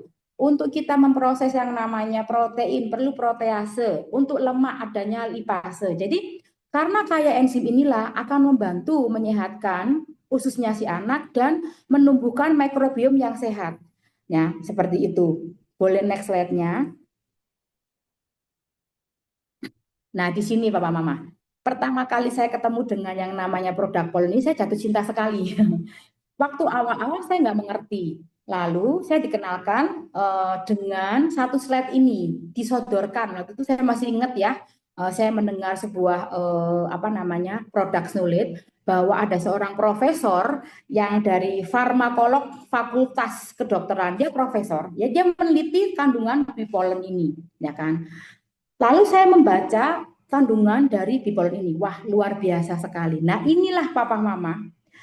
Asam-asam amino ini adalah bahan pembangun untuk otaknya si anak. Kalau kita ibaratkan Papa Mama ya kan, membangun sebuah rumah, kita ini perlu batu bata, ya kan, perlu semennya. Nah, ini yang tadi saya katakan neuroplasticity, ya kan. Jadi struktur otak itu bisa berubah-ubah sesuai dengan keadaan lingkungannya, sesuai dengan stimulasinya dan juga nutrisinya. Nah, jadi ada testimoni saya ketika anak murid saya ini mengkonsumsi polen energi ini dalam hitungan 1 bulan, mamahnya itu happy banget. Kok Miss, anak aku udah mulai mengeluarkan satu kosakata baru Miss. Semakin lama semakin banyak dan yang amazingnya di 3 bulan pertama sudah mulai kosakata barunya itu keluar banyak sekali. Dan beriringan waktu mulai merangkai kosakata menjadi kalimat, ya kan. Lalu yang amazingnya lagi di sini, ya kan, ada juga mengandung enzim di sini. Dan ada juga yang namanya mineral-mineral. Kita tahu magnesium ini penting banget buat otak, ya kan. Nah, apalagi Papa Mama. Dan di sini juga, nah, di sini juga ada yang namanya vitamin juga. Nah, vitamin ini juga sangat lengkap, ya kan? Kecuali vitamin K, karena vitamin K ini memang tidak bisa diproduksi secara otomatis. Dia membutuhkan mikrobiom tadi. Mikrobiom tadi melepaskan enzim, memecah-mecahnya di dalam ususnya, terciptalah vitamin K seperti itu. Nah, ketika saya melihat satu label ini, wah, dalam hati saya muncul keyakinan karena saya orang biologi, saya belajar secara seluler ya. bahwa inilah yang diperlukan oleh otak si anak kalau otaknya itu mau berkembang. Persoalannya Papa Mama, ketika anak kita makan protein, daging, ya kan, ikan, ya kan, sayur gitu kan. Nah, banyak memang mengandung nutrisi juga. Namun, ketika kita makan perlu menggunakan yang namanya enzim. Nah, ketika tubuh kita tidak bisa untuk melepaskan enzim-enzim pencernaannya, maka tadi saya katakan adanya malabsorpsi dan malnutrisi, tidak dicerna dan tidak terserap dengan baik, sehingga yang seolah-olah anak saya ini sudah makan yang sehat, tetapi apa yang dia makan tidak menjadi bahan pembangun untuk otaknya si anak. Nah, oke, kita bisa naik lagi. Nah, bisa next slide. Oke, nah kita baru membicarakan tentang disbiosis Papa Mama. Gangguan pada tumbuh kembang anak itu cakupannya sangat luas. Ada yang dikatakan gangguan kemikal, ada yang gangguan dari logam berat. Papa Mama, saya boleh sedikit kasih ini ya cerita ya.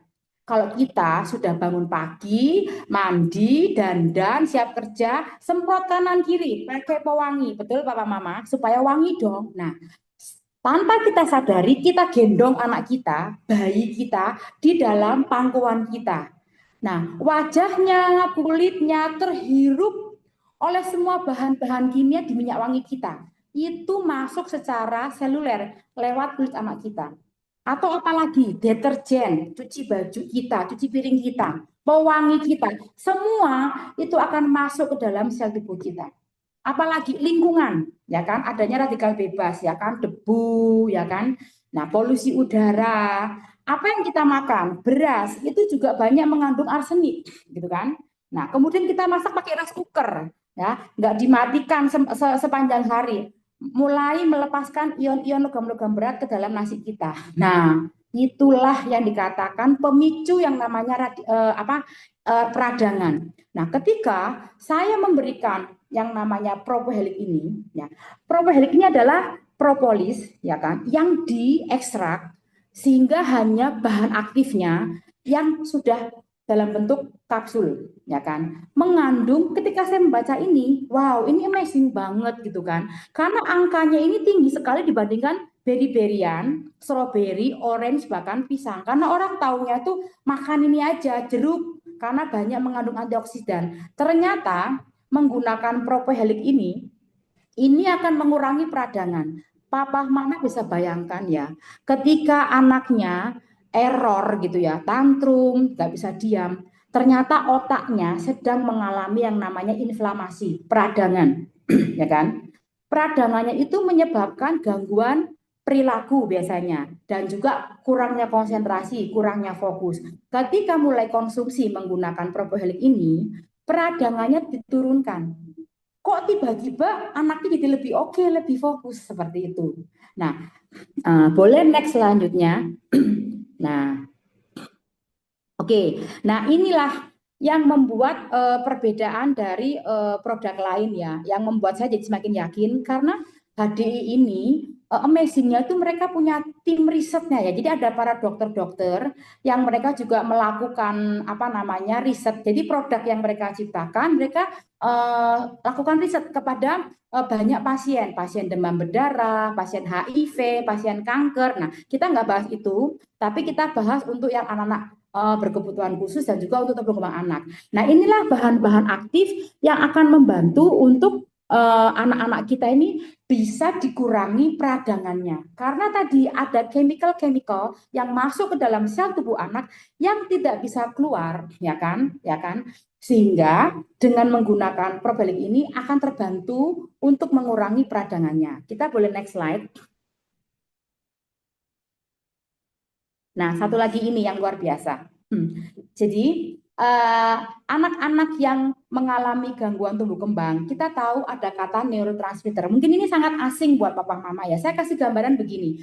Jadi otak kita ini itu seperti yang namanya komputer. Ketika kita input data, yaitu stimulasi, maka kita bisa output, ya kan? Kalau kita nggak pernah stimulasi anak, maka anak itu otomatis nggak akan mendapatkan fungsi-fungsi yang seharusnya. Contoh, ketika saya mempraktekkan program dari Glendoman membacakan anak dengan cara mendongeng, saya menggunakan flashcard, tiba-tiba anakku nomor 3 tahun bisa baca. Artinya apa? Kita input data ke otaknya anak dengan stimulasi, ya kan? Kemudian, ya, apalagi Mama Papa Mah? Adanya yang namanya sambungan kabel di otak. Nah, ini yang saya katakan neurotransmitter. Nah, sambungan kabel ini saya bayangkan gini, papa mama punya handphone gitu ya. Lalu kita lihat baterainya habis. Kita ambil charger, kita colokin ke dalam stop kontaknya. Kok kita lihat kok tidak ada perubahan, nggak ngisi baterainya. Kenapa? Nah, kita bisa lihat apakah dari listrik pusatnya di stop kontaknya yang bermasalah atau charger kita kabelnya itu ada yang putus. Nah, itulah neurotransmitter. Neurotransmitternya adalah kabel-kabel untuk komunikasi ke otaknya si anak. Nah, ini banyak menggunakan yang namanya mineral-mineral dan asam amino menyusun sel-sel saraf. Jadi kalau papa mama anaknya diberikan tadi produk namanya pollen energy, makanya kenapa saya yakin banget, wah ini adalah produk yang diperlukan untuk neurotransmitternya si anak seperti itu. Ketika saya kasih kabelnya itu bisa nyambung, ya kan, komunikasinya, ya otomatis fungsi-fungsinya juga akan muncul dengan sendirinya menjadi lebih normal. Lalu apalagi gangguan kepada anak-anak itu tidak hanya disbiosis, tetapi gangguan hormonal juga. Nanti kita next bisa bahas ya, kapan-kapan kita ada waktu lagi. Nah, jadi yang namanya royal jelly ini adalah cairan tubuh lebah dari kelenjar hipoparengeal, ya kan? Nah, cairan ini diteliti oleh para asosiasi pelebahan dunia. Mereka punya risetnya. Kenapa? Saya mau cerita Papa Mama ya tentang ratu lebah dan juga pekerja lebah. Tadi sudah ada di videonya ya bahwa ratu lebah ini seumur hidupnya dia itu makan yang namanya royal jelly. Ternyata royal jelly ini memang punya fungsi yaitu tadi anti aging, meregenerasi sel. Jadi memberikan satu kesuburan. Makanya ratu ini banyak menelurkan telur. Nah, karena adanya hormon-hormon kesuburan ini akan dimodulasi. Nah, sama juga dengan tubuh anak kita, tidak hanya untuk hormon kesuburan, tapi hormon yang lain yang memicu, apalagi hormon growth hormon, hormon pertumbuhan. Makanya ada anak yang namanya stunting, tidak bisa tinggi. Kenapa? Karena growth hormonnya ini nggak bekerja dengan baik, sehingga dia nggak bisa tumbuh dengan tinggi gitu kan. Nah, si royal jelly ini akan membantu untuk memicu supaya si sistem endokrin ini bisa melepaskan hormon-hormon yang akan membantu untuk meregulasi sarafnya, ya kan? Nah, lalu apalagi selain itu dia akan membantu untuk masa tulang karena kalau tulangnya itu apa namanya juga keropos, tidak ada kalsiumnya, maka anak juga secara fisik pun juga akan terganggu. Karena masa tulangnya sedikit dengan kalsiumnya menyebabkan anak-anak mudah untuk cedera. Nah, Papa Mama saya bisa kasih bayangan begini Papa Mama ya. Jadi royal jelly ini kalau kita lagi bangun rumah, ini kayak mandor sama tukangnya. Kalau kita bangun rumah ya kan, kita sudah sediakan ya kan yang namanya bahan bangunan, semennya, pasirnya ya kan, batu batanya. Tapi nggak ada tukang yang mengerjakannya. Sampai kapanpun juga nggak akan jadi gedung rumahnya ya kan, nggak akan terbentuk gedungnya sebagai bentuk rumah gitu kan. Nah, ini juga sama. Ketika papa mama makan ya, nah, kita kan mendapatkan satu ilmu nih dulu ya bahwa kalau kita banyak minum susu maka tulang kita akan menjadi semakin baik. Ternyata enggak juga Papa Mama, ya kan? Karena kalau kita punya sumber kalsiumnya banyak, tetapi enggak ada tukangnya untuk menyerap kalsium dalam tubuh kita, maka tidak akan bisa juga tubuh kita mendapatkan massa tulang yang baik. Nah, itu yang membuat saya yakin dari 4 produk ini ya, Misari, menolong saya sendiri untuk saya tuh amazing banget gitu loh. Pertamanya saya tuh nggak percaya, beneran saya tuh nggak percaya bahkan kata upline saya ya, ini susah banget ya diyakinkan ini Miss Lilinya ini. Karena gini Miss Sari, saya kan seorang ahli biologi waktu kita kuliah, ketika kita bikin sebuah proyek gitu ya, dosen akan tanya, mana literasinya? Mana Iya. hasil penelitiannya seperti itu kan. Nah, ini yang membuat saya tuh ya mana dulu buktinya gitu loh. Kalau saya nggak ada buktinya saya nggak berani dong nawarkan ke murid saya seperti itu Misari. Gitu. Wah, ini menarik ya. Jadi ternyata produk-produk HDI itu bukan hanya katanya, tapi sudah banyak literasinya, banyak jurnalnya, dan itu sangat baik untuk memperbaiki mikrobiome yang ada di ini ya, di dalam tubuhnya kita juga gitu ya. Nah, buat rekan-rekan semuanya kalau ada pertanyaan itu langsung boleh aja tulis dulu di chat, nanti akan ada waktunya buat Miss Lily akan menjawabnya, begitu ya. Nah, Ya. ini eh, kalau ngomongin dari four star itu tadi, ini kebayang ya kalau ternyata buat dari anak-anak pun ternyata bisa ya Miss Lily untuk membantu, apalagi untuk anak-anak yang berkebutuhan khusus gitu ya. Benar Nah, betul. masalahnya kalau ngelihat dari botolnya, kemasannya kan kayaknya itu tablet gitu ya. Lalu gimana nih cara ngasihin ke anaknya? Bener, dikasihnya tuh empat-empatnya. Atau mungkin pilih salah satu aja, Miss Lily. Ah, betul. Saya akan kasih empat-empatnya. Nanti kita akan putarkan videonya bahwa murid saya juga melakukan hal yang sama. Jadi gini Papa Mama, ketika saya melakukan terapi, sampai hal yang detil pun saya akan ajarkan kepada orang tuanya atau pengasuhnya supaya nggak salah dalam memberikan dosisnya. Ya kan? Kenapa harus empat-empatnya ya Misari ya? Karena empat ini punya fungsi yang berbeda. Madu sudah saya katakan tadi sebagai apa ya? Sebagai sumber enzimnya.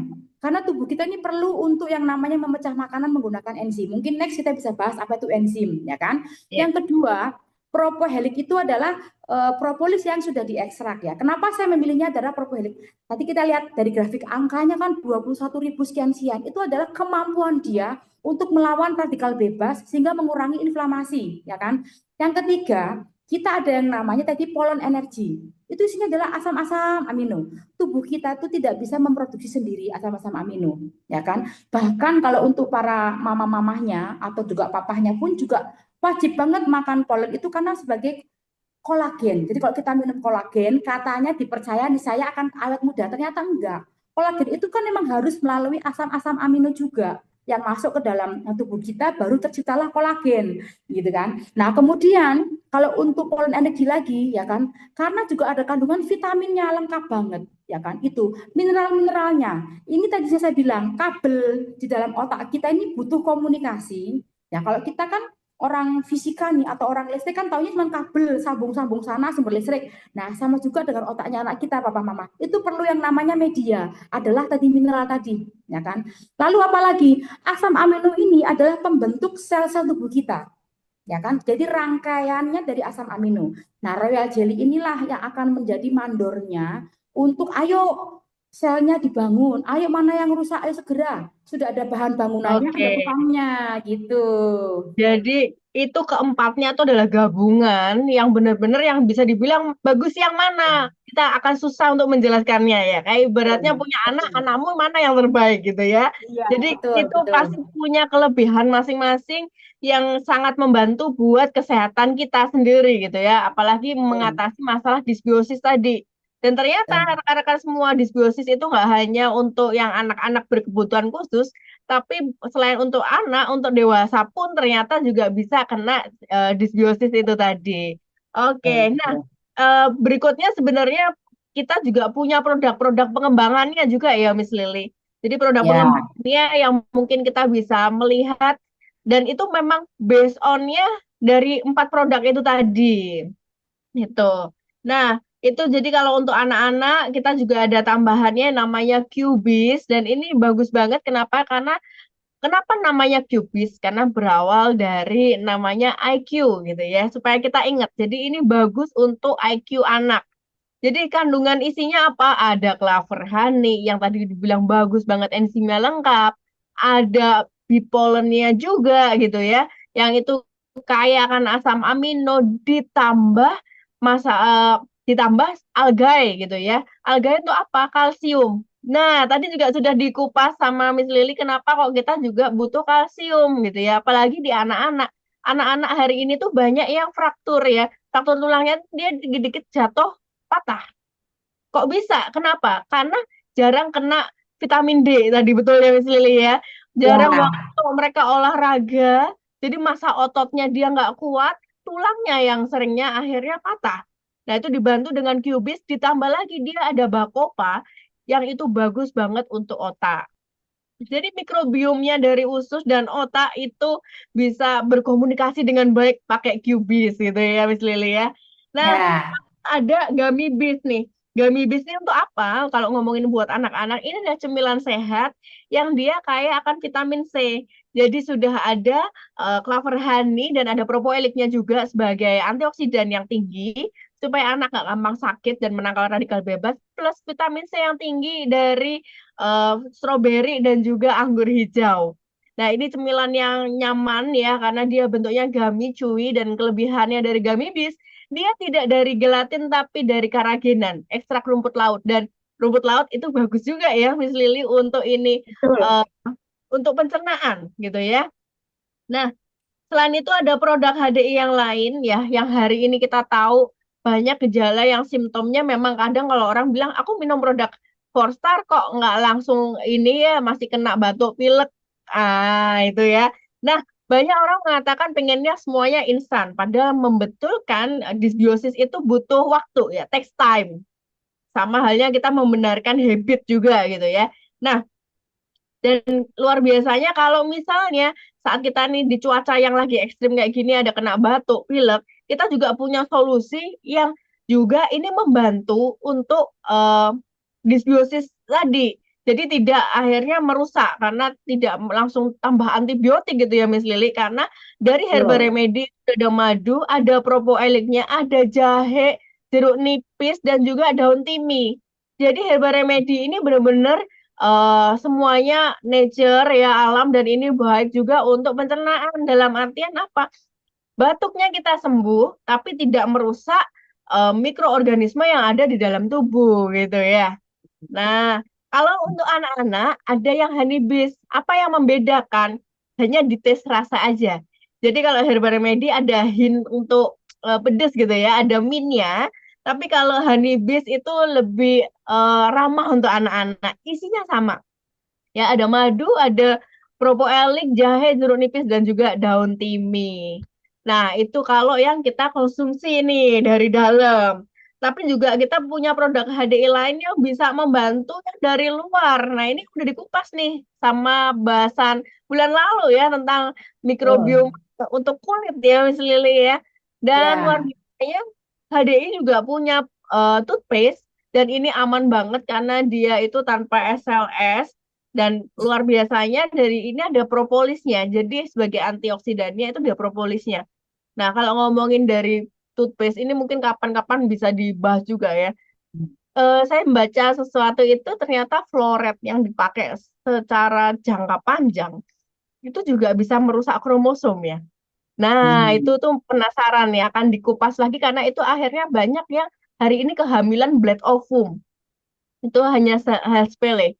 Karena terlalu banyak fluoride ya yang biasa ada di pasta gigi, betul. Dan itu kita pakai sudah bertahun-tahun dan sehari 2 kali gitu. Nah, itu ada efek jangka panjangnya sampai ke sana gitu ya. Nah, luar biasanya dari propolis whitening toothpaste, whiteningnya itu dari ekstrak papain, dari pepaya. Nah, ini menarik. Lalu ada biopropolis krim juga, itu pada saat misalnya ada anak ataupun keluarga kita yang punya masalah eksim gitu ya, dari eksim, luka, semua masalah kulit luar. Nah, terkadang kita kan hanya fokus untuk salepnya di depan. Nah, itu kita punya biopropolis cream. Dia salep yang bukan untuk ini ya, bukan seperti antibiotik, tapi luar biasanya propolis bersifat antibiotik. Tapi dia aman sekali untuk kita pakai untuk seluruh keluarga sambil dari dalamnya dibenerin gitu ya. Nah, ini sebenarnya sebuah saya punya testimoni nih Miss Lily. Suami saya itu dulu sering Hmm. gatal di ini ya, di sela-sela sela-sela jari. Ini Hmm. pakai salep apa aja enggak ada perubahan. Saya ngelihat itu pakai sampai BPC, sampai salep yang murah ini pun gitu enggak bisa. Nah, akhirnya saya mempelajari dan ternyata ada masalah disbiosis, kena leaky gut gitu ya. Dan dengan leaky gut itu saya mulai pelajari, oh ini ada yang harus kita rubah. Hal sepele nih Miss Lili, saya hanya merubah makanan yang suami saya biasa konsumsi, dia suka manis ya. Jadi ngurangin Hmm. si kecap sama kerupuk. Ngurangin Sembuh. kecap sama kerupuk aja. Itu kok kering loh luar biasa ya. Jadi Ya. selain selain dari kita punya dari luar, dari dalam juga dibetulin. makanan yang biasa kita konsumsi gitu ya. Nah, termasuk untuk shampoo dan hair serum kita juga punya dan ada kelebihannya ya pastinya non SLS, semuanya alami dan luar biasanya kita juga punya propolis soothing balm. Jadi untuk segala masalah kulit luar yang tanpa luka gitu ya. Bisa dibilang mungkin kalau alergi gatal-gatal bisa propolis soothing balm, tapi kalau misalnya sudah sampai ada lukanya, nah itu barulah pakai bio propolis cream. Dan hari Nah, ini, Mari nih, ya boleh saya gimana potong ini? sebentar. Iya, Jadi gimana Mas waktu Lili? ini kan Better Botanic ini kan produk yang di apa regenerasi baru istilahnya kan daripada yang lama ini kan yang baru ya. Nah, Betul. amazingnya karena saya kan orang mikrobiologi, saya cukup tertarik walaupun waktu itu kan kita masih baru, saya belum menggunakan banyak. Cuman amazingnya adalah produk kita ini mengandung mikrobiom tadi. Jadi disbiosis pun bisa terjadi di dalam kulit kita. Contoh ketombe, jerawatan, Oke. terus keputihan. Keputihan itu kan pasti juga dari dalam juga, ya kan, dan juga dari luar. Tadi kan saya udah bilang alat kelamin kita, ya kan, intimate kita itu juga punya yang namanya itu mikrobiom. Makanya ketika bayi lahir itu kan plus langsung dia terinfeksi di situ. Nah, yang kerennya adalah mereka itu sudah menggunakan teknologi di mana ditambahkan probiotik. Ketika kita menggunakan produk dari luarnya, maka kita ada skin barriernya, gitu kan. Dan juga semua bahannya alami. Testimoni saya terbaru. Waktu itu kan saya Wih. menawarkan kepada orang tua murid, coba mbaknya itu cerita, Miss, si ini kok gini ya Miss, dikit-dikit gigit nyamuk, merah, merah, merah. Ya kan? Lalu saya suruh beli yang balmnya tadi yang kecil gitu kan. Iya. Datang datang ke saya dalam kondisi biru banget sini mukanya Miss Hari. Lah ini kenapa sih Kania? Itu Miss kejedot di rumah. Aduh kesian banget masih umur 2 tahun. Ya udah pas hari itu beli langsung saya bilang sama LC Harapan Indah segera kirim ya karena soalnya saya nggak usah lagi kena ongkos kirim lagi langsung kasih ke orang tuanya apa kasih ke mbaknya aja karena hadir untuk mau terapi. Nah, Iya. langsung Mbak buka ya Mbak ya, olesin, amazing. 1 jam sudah memudar, 2 jam hilang. Saya kaget. Oh ya. Luar biasa ini ya, propolis soothing balm ya. Ternyata lebam-lebam. Terus alergi, kalau alergi saya juga nangani sendiri itu yang alergi bentol-bentol. Jadi mukanya tuh dia itu kena sesuatu langsung mukanya bentol-bentol. Itu ya. Nah, saat mukanya bentol-bentol langsung saya kasih propolis shooting bulb. Itu nggak pakai hitungan jam malahan Miss Lily. Kempes loh itu ya. Jadi ini yang spesial kalau mungkin ada rekan yang mungkin bilangnya sensitif lah, kulitnya sering bermasalah, ini harus sering dibawa. Karena dia travel size yang kita bisa bawa anytime gitu ya. Sebenarnya kalau ngomongin dari produk Better Botanic yang lain itu banyak banget ya Miss Lily ya. Jadi salah Ya, satunya dari selain dari Bio Body Wash gitu ya, ada face wash juga ya. Bahkan ke Intimate Wash juga kita ada gitu ya. Nah, itu pun ya. bisa kita gunakan. Dan sebenarnya kalau ngomongin dari segala produk HD itu sangat-sangat membantu untuk masalah disbiosis tadi. Apalagi untuk anak yang berkebutuhan khusus itu sangat bermanfaat, apalagi buat kita orang yang normal mungkin. Oke, ya mungkin next slide-nya.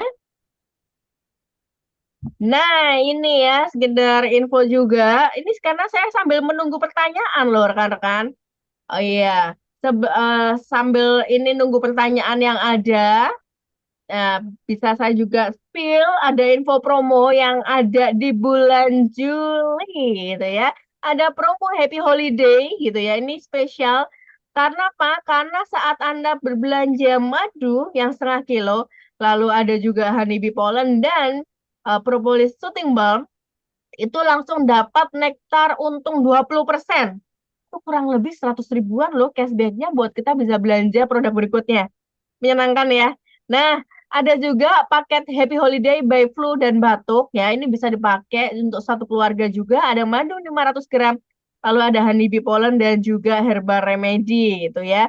Yang tadi ya untuk masalah flu dan batuk keluarga. Dan ini sama ada paket nektar untung 20% ya dari 637 kita langsung dapat cashback yang kita bisa pakai untuk pembelanjaan berikutnya 100 ribuan. Wow. Tuh ya. Dan juga ada promo spesial Hari Anak, karena nanti akan ada Hari Anak di tanggal 23.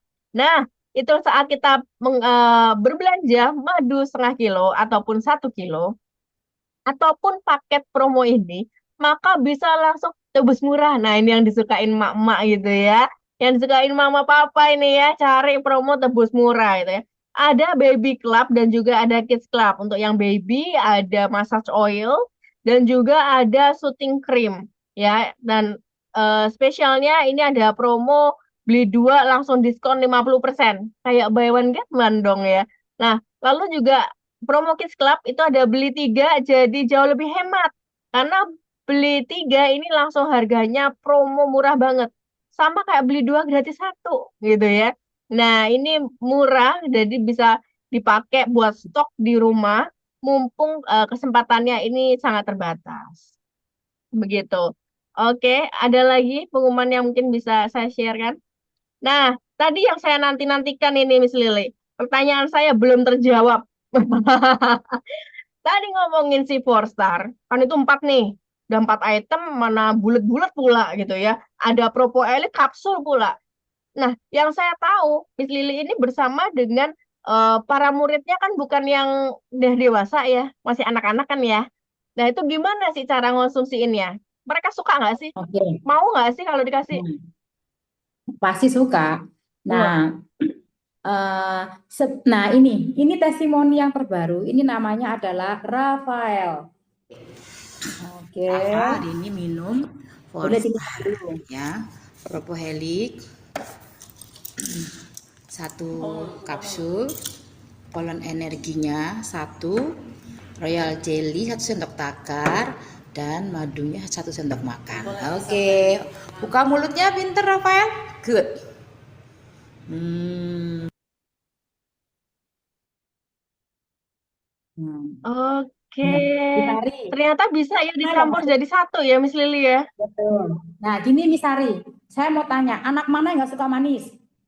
Ya pasti anak-anak suka manis ya, Miss. Nah, iya, betul. Makanya kalau minum obat, gitu kan, karena pahit. Nah, dari waktu saya masih punya anak bayi kecil, kita kan pasti ya pergi ke dokter dapat yang racikan, itu sudah enak. Tapi Ya. kadang-kadang kalau seandainya kita kepepet, ya udahlah paracetamol juga cukup beli di apa namanya toko yang warnanya merah atau dimanapun apotek. Saya modalnya ini nih, Misari, nih kayak di apotek nih. Nah, ini Oh, namanya oh mortar. ya. Orang itu harus Oke. punya ini. Ini namanya kelihatan ya mortar. Jadi di tempat terapi pun saya juga menyediakannya. Jadi saya akan mengajarkan kepada orang tua juga pendampingnya. Jadi ketika terapi bawa aja semua forsarnya dengan sangat detail. Saya akan ajarkan. Kadang kan orang tua suka komplain, Miss ngasih minum vitamin tuh wah susahnya. Minta ampun bisa kok Mama. Asal kita juga dengan cara menggunakan pendekatan psikologis. Nah, jadi saya bilang kalau yang namanya manis, anak-anak pasti doyan, tapi belum tentu juga. Ada juga beberapa anak yang bermasalah pun juga sulit ya untuk menerima tekstur madunya. Tapi so far, jadi gini, pollen energinya itu kan nggak keras ya, Misari. Saya Ya. ambil satu, tumbuk di sini, ya kan? Oke. Lalu perbaliknya kita buka, masuk di situ plung gitu kan. Kapsul ya, karena Nah, kapsul ya. kapsulnya. Lalu ambil lagi royal jelly satu sendok takar. Lalu madunya satu sendok makan, ya kan? Udah. Kalau kental banget, sedikit aja air dalam suhu ruang aja, sedikit aja aduk, minumkan 30 menit sebelum mereka makan, seperti itu. Dan tadi terbukti ya, Oke. Rafael doyan banget. Rafael enak, enak tadi. Sempat jawab sih kemarin tuh enak katanya gitu. Seperti Luar itu biasa misalnya. ya. Jadi ternyata simple ya, walaupun orang bilangnya oh tuh kok empat gitu ya. Tapi Hmm, ternyata simple bisa langsung digabungin jadi satu ya. Jadi kalau betul. misalnya yang dewasa pun itu kan bisa bikin air madu lalu minum propolis dan pollen barengan di minum sama air madu juga bisa juga ya Miss Lily sama ada royal jelly gitu ya. Betul, betul, betul. Justru madu itu akan membantu sekali supaya anak itu nggak sebenarnya kan problem itu kan nggak ada rasa pahitnya kan, Misari hanya baunya aja, ya kan mungkin juga sedikit tekstur agak kasar-kasar dengan dicampur madu itu akan mix kan, jadi lebih smooth di lidahnya si anak supaya anak tuh lebih mau menerima rasa dari madunya tadi agak manis kan seperti itu. Oke, wah ini terjawab ya. Jadi saya sungguh bersyukur ya hari ini teman-teman. Kita belajar banyak hal, bahkan sampai ke cara ini penggunaannya ke anak-anak bagaimana caranya. Mungkin ada yang mau ditambahin sebagai penutup sesi kali ini, Miss Lily? Jadi tadi juga ada pertanyaan ya di kolom chat saya baca, umur berapa tahun kita boleh mengkonsumsi polen energi? Atau dalam hal ini saya jelaskan Forstar ya. Pengalaman pribadi saya, waktu anak pertama saya nggak berani kasih minum madu karena saya belum tahu. Kemudian setelah anak yang bungsu, ketika anak, jadi sejak dalam kandungan, saya merasakan perbedaan.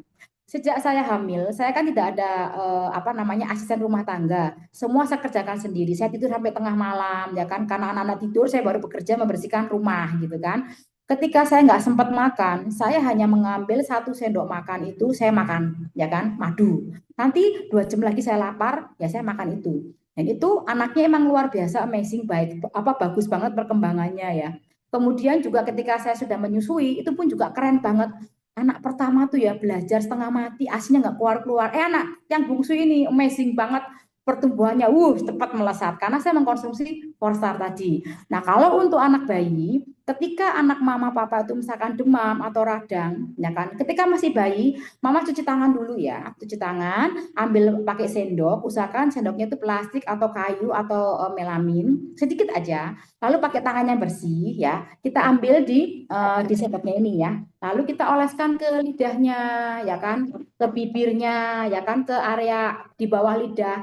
Ini akan diserap oleh sel-sel di bawah kulit area oral kita. Ini akan membantu untuk mengatasi peradangan. Atau biasanya saya menggunakan setengah sendok teh aja, saya kasih pakai air secukupnya aja, ya kan, pakai dotnya diminumkan. Itu juga bisa seperti itu untuk ya nutrisi juga untuk membantu apa namanya kalau lagi sedang batuk pilek. Karena madu juga punya fungsi sebagai mukolitik, jadi mengencerkan dahak. Ketika anaknya minum madu, waduh Miss muntah anak saya. Ya itu luar biasa bagusnya. Kenapa saya katakan bagus? Karena dia mengeluarkan dahak di area paru-paru dia sehingga keluar dengan cara dia muntah, sehingga dia akan membuang semua bakteri patogennya. Kemudian kalau untuk polen energi, kita pakai aja yang menggunakan dosis anak honeybee pollen, ya kan? Boleh dimulai dari usia 6 bulan, ketika mulai MPASI, boleh ditumbuk, ya kan? Halus gitu ya, campurkan dengan buburnya. Begitu pula kalau anaknya sakit demam, jangan buru-buru minum dulu obat yang ada di pasaran itu. Obat yang ada di pasaran itu kan dalam bentuk sirup ya, Misari. Percayalah, itu adalah gula. Pengalaman saya pribadi, saya pernah punya satu produk, nggak usah sebutkan namanya ya, orang sudah tahu, pakai huruf T gitu kan. Rasanya manis banget. Anak saya suka. Saya nggak ngelihat, kecolongan nih. Diambil sebotol, diminum habis. Bayangkan itu karena enaknya. Nah, ngeri kan papa mama seperti itu. Jadi itu juga menjadi satu solusi buat kita. Marilah kita mencoba dengan cara holistik dulu. Ya, cari solusi jangan buru-buru menggunakan obat-obatan kimia. Jadi pakai aja propohelik, dipotong, kupas gitu ya. Ambil setengahnya dulu atau mungkin seperempatnya, minumkan menggunakan madunya sedikit. Nah, ke anak-anak itu akan menolong untuk mengurangi radang dan demam.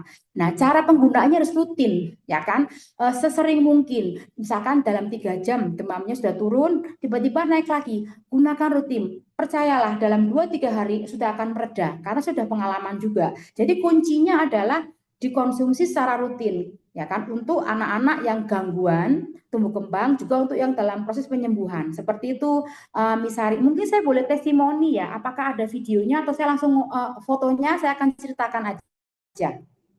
Nah, ini nah, kesempatan saya terakhir untuk sesi ini saya akan testimoni ya.